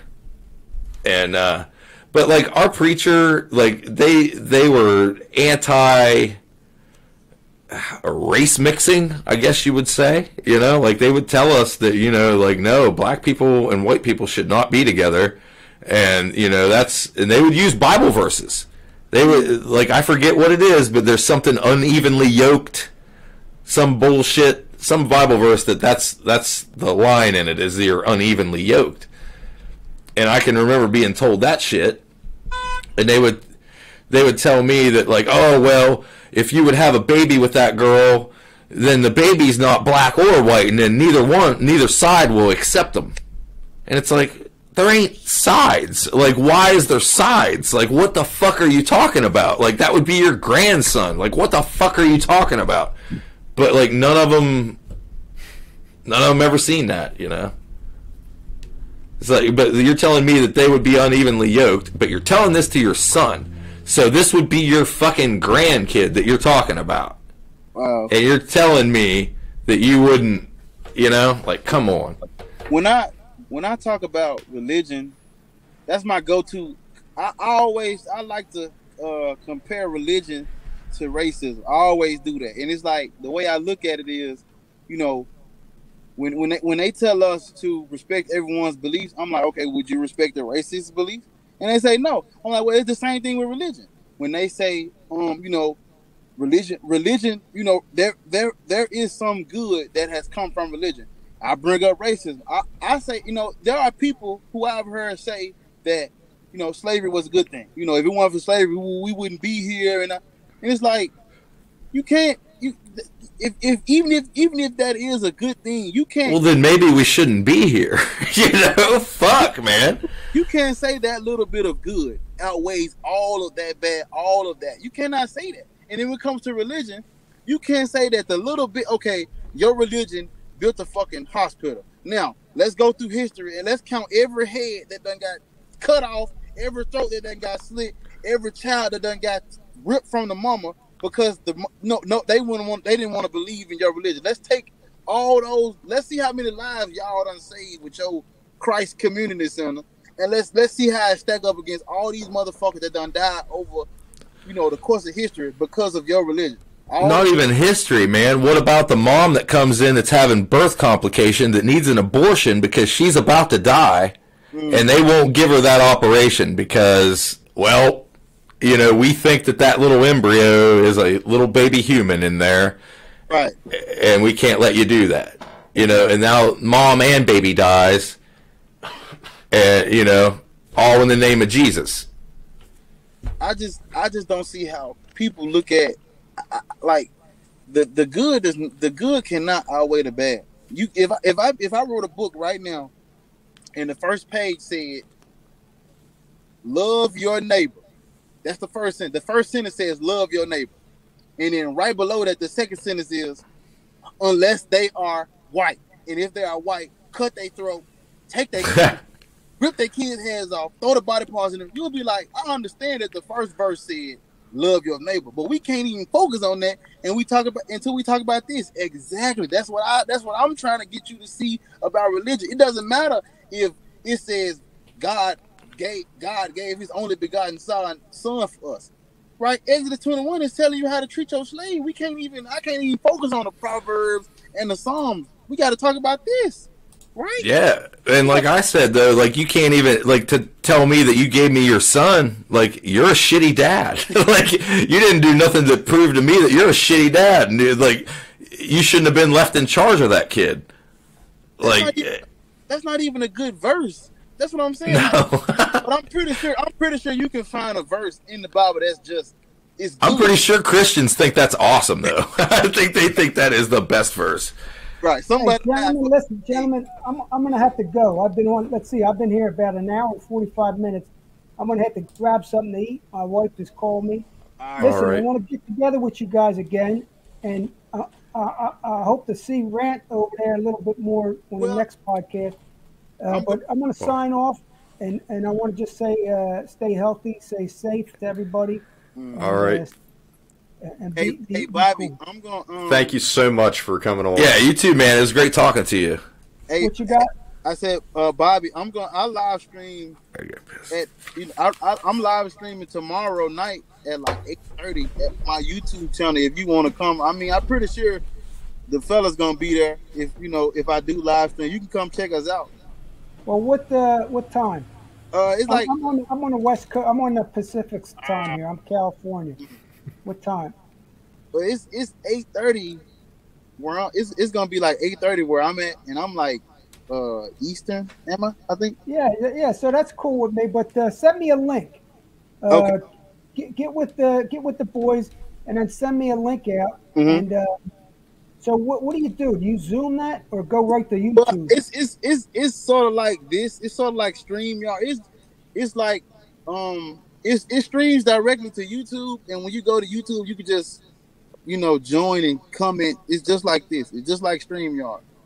Yeah. Oh yeah, just do it from YouTube though. Mm-hmm. Yeah, I do it from YouTube. All right, send me some type of information. Send me some link. I'm over here. The boys know how to get to me. Okay. So do that. I'll talk to you guys later. All right. Thank you so much. All right. Thank you. Bye-bye. Bye. All right. What's up, man? So I'm right much. I'm outside the hospital. I had a relative get sick, so I was just sitting outside. Yep. Oh, okay. I'm sorry to hear that, buddy. No, I hope it didn't.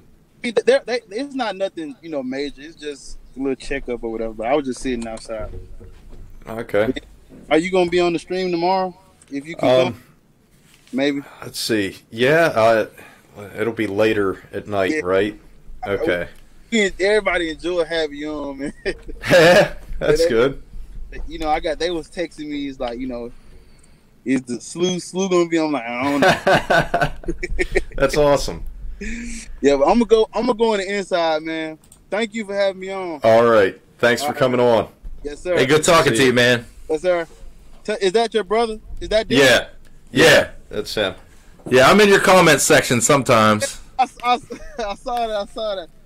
But if you guys can come tomorrow, that'd be cool. And maybe we could talk about some of this tomorrow. I think it'd be good for the other people to hear, what it's like to be, taught the racist views and not, act on it, and you just put it down yourself. I think that'd be good for other people to hear, like this exact conversation, but like right on my YouTube channel, because I've been wanting to talk about this, but it's like, I just didn't do it yet. But I think I started to say something the last time I was on. I don't know.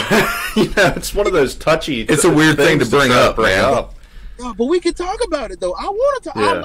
I like to hear people because I'm one of the anomaly. I've never white people have never come up to me and said, Nick, they never did that to me. Yeah. None of them. And it's crazy. Like, everybody else I know has dealt with it. I'm like, the people in my life do not treat me that way. None of them. And I have more white people in my life than black. And they never treated me like that. Never. They always treated me like family. That's awesome. Yeah, dude. When we talk about this, I gotta tell y'all the story of what y'all gonna be like, wow, like these people cared about this man. It's like, yes. But I know my brothers and my sisters have, we know that their pain and their past, their trauma exists. And so we can't just say, well, since we ain't never had a bad experience, we gotta protest this shit. Whether that's why I look at religion. There's still white supremacy groups that are putting up flyers down in Moundsville, right? Oh yeah, man. Yeah. Oh man. Right, not far from us. There, dude. Like growing up, there was down in Egypt Valley. That's where they were saying that. Dude, I had skinheads try to recruit me in the army. Like I had all kinds of bullshit. Like, and that was Clarksville, Tennessee. That ain't too fucking far from you. Like, I was 50 miles north from Nashville. Like, and that was in the United States Army. Like, I had other soldiers trying to recruit me to be a skinhead. Wow. But I had too many black friends and Hispanic friends at that point that I was just like, I can't, like, this doesn't make any fucking sense, Like, none of this shit made any sense, and I didn't buy it. At all. It doesn't make sense at all, man. It just, but have you ever seen The Boy in the Striped Pajamas? The Holocaust movie? Yeah. I cried. I was watching it the other day, and I was crying. It made me say, I'm like, people worship a God that let this stuff happen. Like, when it comes to racism and oppression and all, the Holocaust and slave, like, yo, God sat back and... Been a while since I've seen that. Is that where he's the boy that's like on the one side of the fence and there's a boy on the other side of the fence, and I think he ends up not only did your God let that happen, but he sat there and watched it with the power to stop it. You know what I mean? Like, he could have made that just not a thing, and that God never did that. And the scary thing about what you just said is, they say stuff like, well, in the proper context. I'm like, in what context?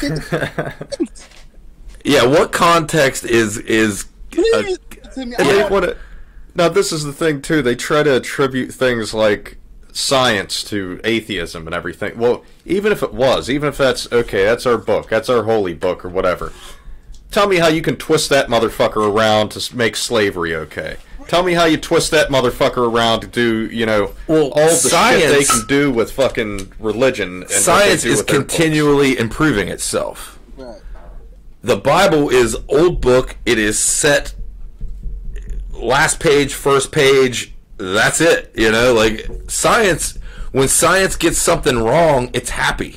It gets to go do real science then. It gets to go fucking figure out, well, fuck, what did we do wrong? And how do we figure this out?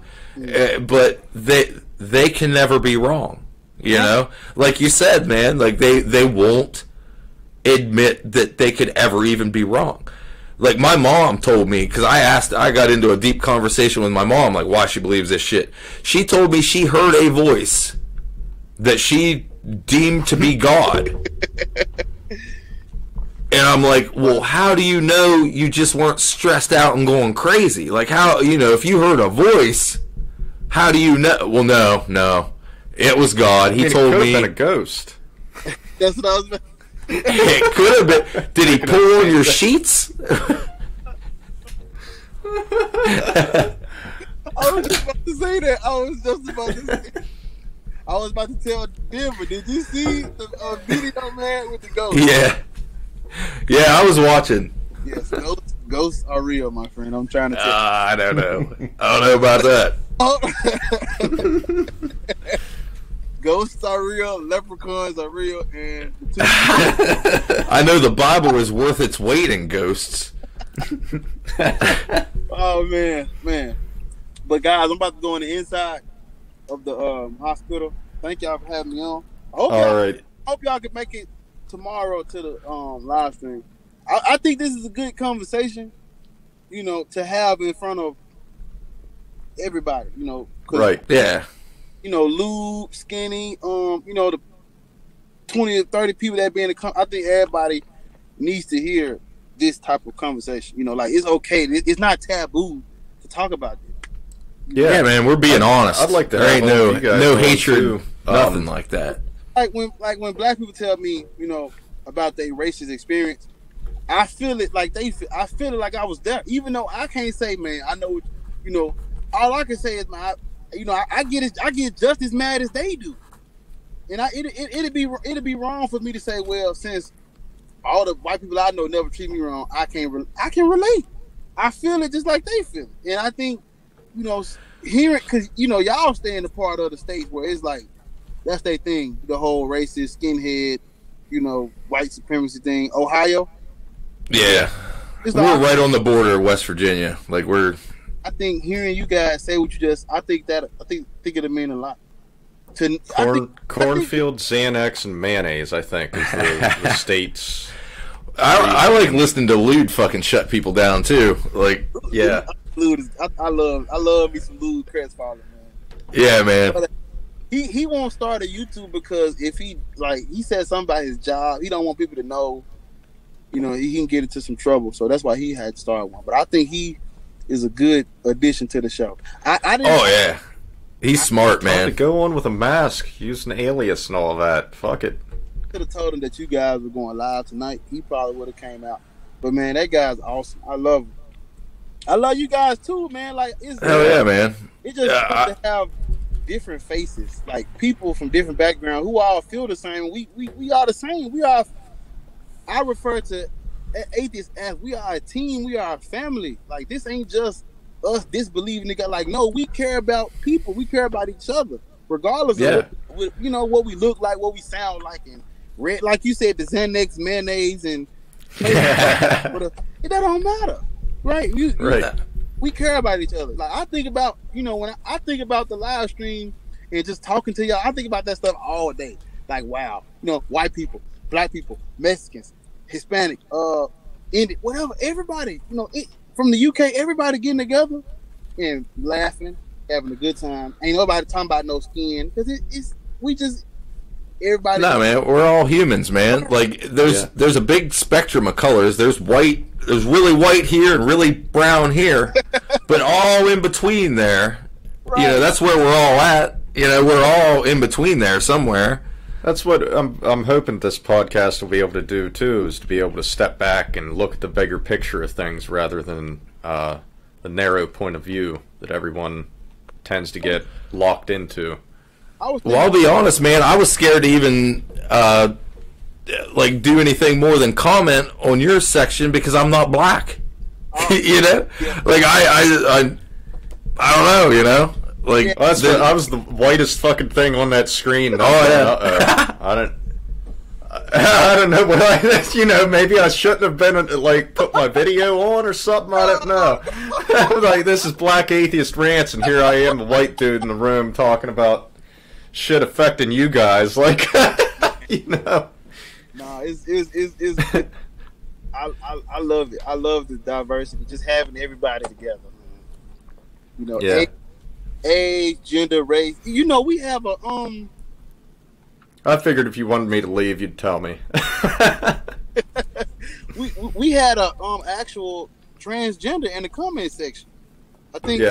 Yeah. So we got them all. Did we tell you that that was part of our focus of our thing is minorities, transgender people, getting them out in nature and shit? I see all these other channels, they debating these. It's like, what more could we I'm okay with the whole debate thing, but I feel like, we can't how can we debate, sex slaves and selling your. We ain't no debating that. Even if you prove your God, you gotta, and this is why the Carlin that I wanted y'all to hear, he chickened out because he heard Loon and he heard the other guy. He didn't want to come, but he was literally. I was like, I will grant that your God exists. Now you have to demonstrate why we supposed to worship this God. Like, I feel like the debate is over. Like, they don't have proof of God, and all they're gonna do is try to shift the burden of proof. So at the end of the day, we're gonna be at square one. I feel like the bigger conversation is demonstrate to us why this God deserves our devotion, our time, and our worship. I feel like that is the real conversation. Because then it ain't about whether your God exists or not. It's about what is his book teaching us to do. If we follow his book word for word, how far could we go? Well, as you being a black man, that book was used to enslave black people. Whenever they were bringing black folks off the boats to enslave them, they were beating that Bible in their head. Right. And telling them, somehow this suffering was honorable.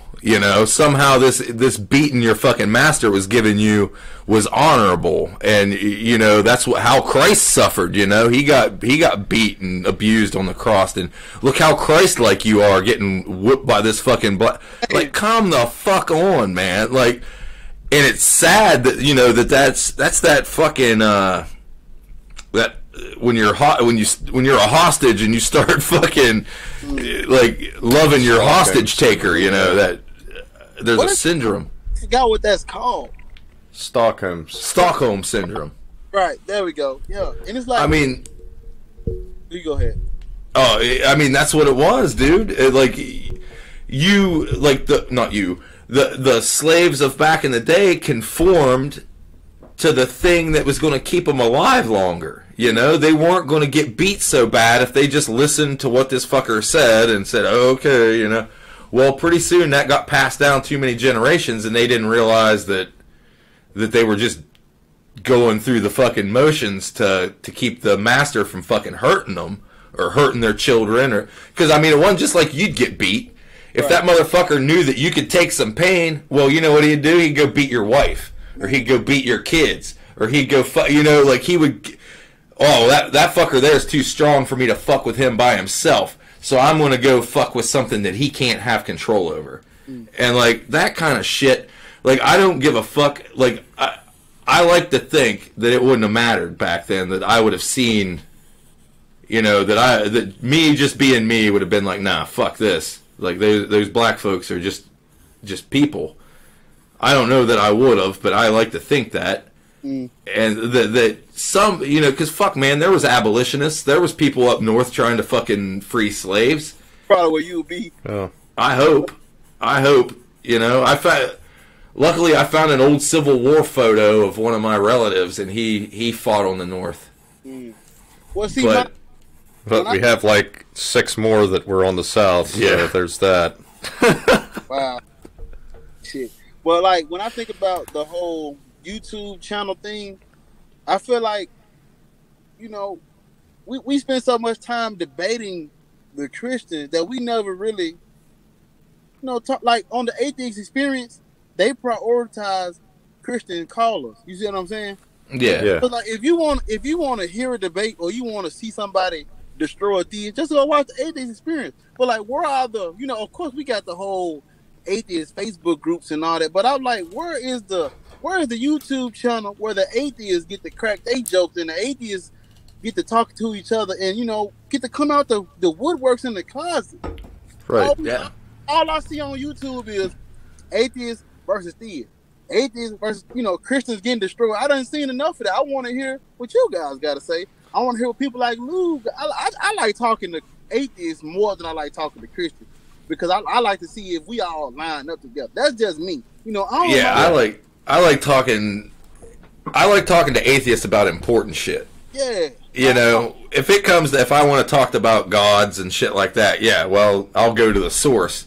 But like, yeah, man, like I'd rather talk to you about anything, music, food, fucking whatever the fuck, man. Like I'd rather talk to somebody like that. We had a one of the subscribers. She called in and she was like, how do we deal with like the fear of hell? And everybody gave her some good it's like I'm on that side of like, how can we help each other? We still gotta, we gotta build our community to where we can, take their ass down. We can't really take them down because all of us we like you spread said, out. Right. We're too spread out. I like to get it together and like, we can, us is more of a, we building our own community of like-minded individuals, and everybody feel like they can come talk to us. Everybody feel like they can come join the stream. Everybody feel like they have a place where they can, do you know, Kid, the girl with the dreads? I've seen her on your stream. I found her on TikTok, and like, she probably was alone. And I asked her, like, hey, we doing a stream that we just talking. Come join, please. You're not alone out here. I know a lot of atheists probably feeling alone. Like, they don't have a place where they get to go join a live stream, crack a few jokes, and then leave. So, like, we got to create it for them. I love to just stop talking and let everybody else get the fuck. Like, yes, it's that what I want to hear.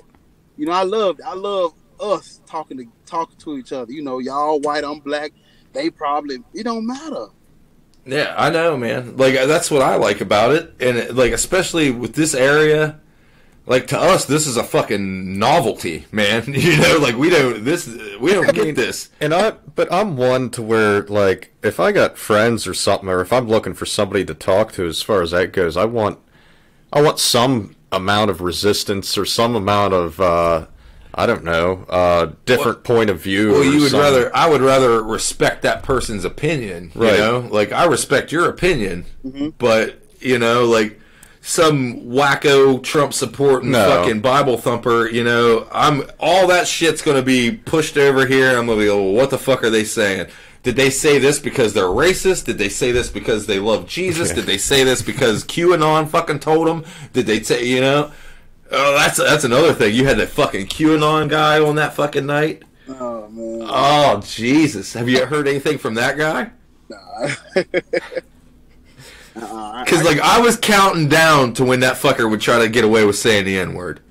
Like, I was counting down in the comments. I was like, he did say it. He did say it. Yeah. Nobody. I heard him say it, and I was like, no, I'm not tripping. He said he tried to shimmer my hair a little bit, like he tried to. Nah. Yeah, I heard him. I know I heard him, but nobody said nothing. So he probably got a. Well, I said it in the comments. If you look at the live stream comments, I was like, "There it is, that motherfucker!" Like, I saw you say it in the comments, and I was like, "Damn," because I was thinking it in my head, and when I read it, I was like, "Yep, that motherfucker said he showed." Wow. But he was trying to. I think that dude really had a mental problem. Like, I'm not even shitting. Like, I think he had some kind of issue, because it was like I could smell it. I could smell it coming, and I'm like, this fucker is just getting too loosey goosey. He's getting real comfortable, and he'd start getting aggressive with you guys, like with his language. And then, yep, sure enough, it came out. It came out with an A. It didn't come out with a hard R at the end, but he was trying too hard. Yeah. And to me, like, I said that fucking word enough back when I was a fucking shithead. Like, I don't want to fucking say that no more. I don't have any desire to fucking say that word. Not to be cool, not to be, well, they're calling each other that, so no, man. I ain't into it. But, like, I'm fine with everybody else saying what they got to say. Yeah. But, like, that's not my word to be fucking throwing around. Like, that's right. Well, look, I'm going to go ahead and go on the inside, y'all. Yeah, man. It was great talking to you, man. You have a good night. Hopefully y'all come join tomorrow, man. I'll at least be in the comments, man. Okay. We're going to be trying to get some footage and stuff tomorrow on a hike, but then later on, we might be on. That's cool. All right, man. I love you guys, man. Thank you, man. All right. Love you too, buddy. Love you, man. Take it easy. Thank you. Don't work too hard. All right. Well, I think that'll wrap it up then. I don't see anybody else on. Nah. Well, I think that was a pretty good fucking first show. Yeah. So.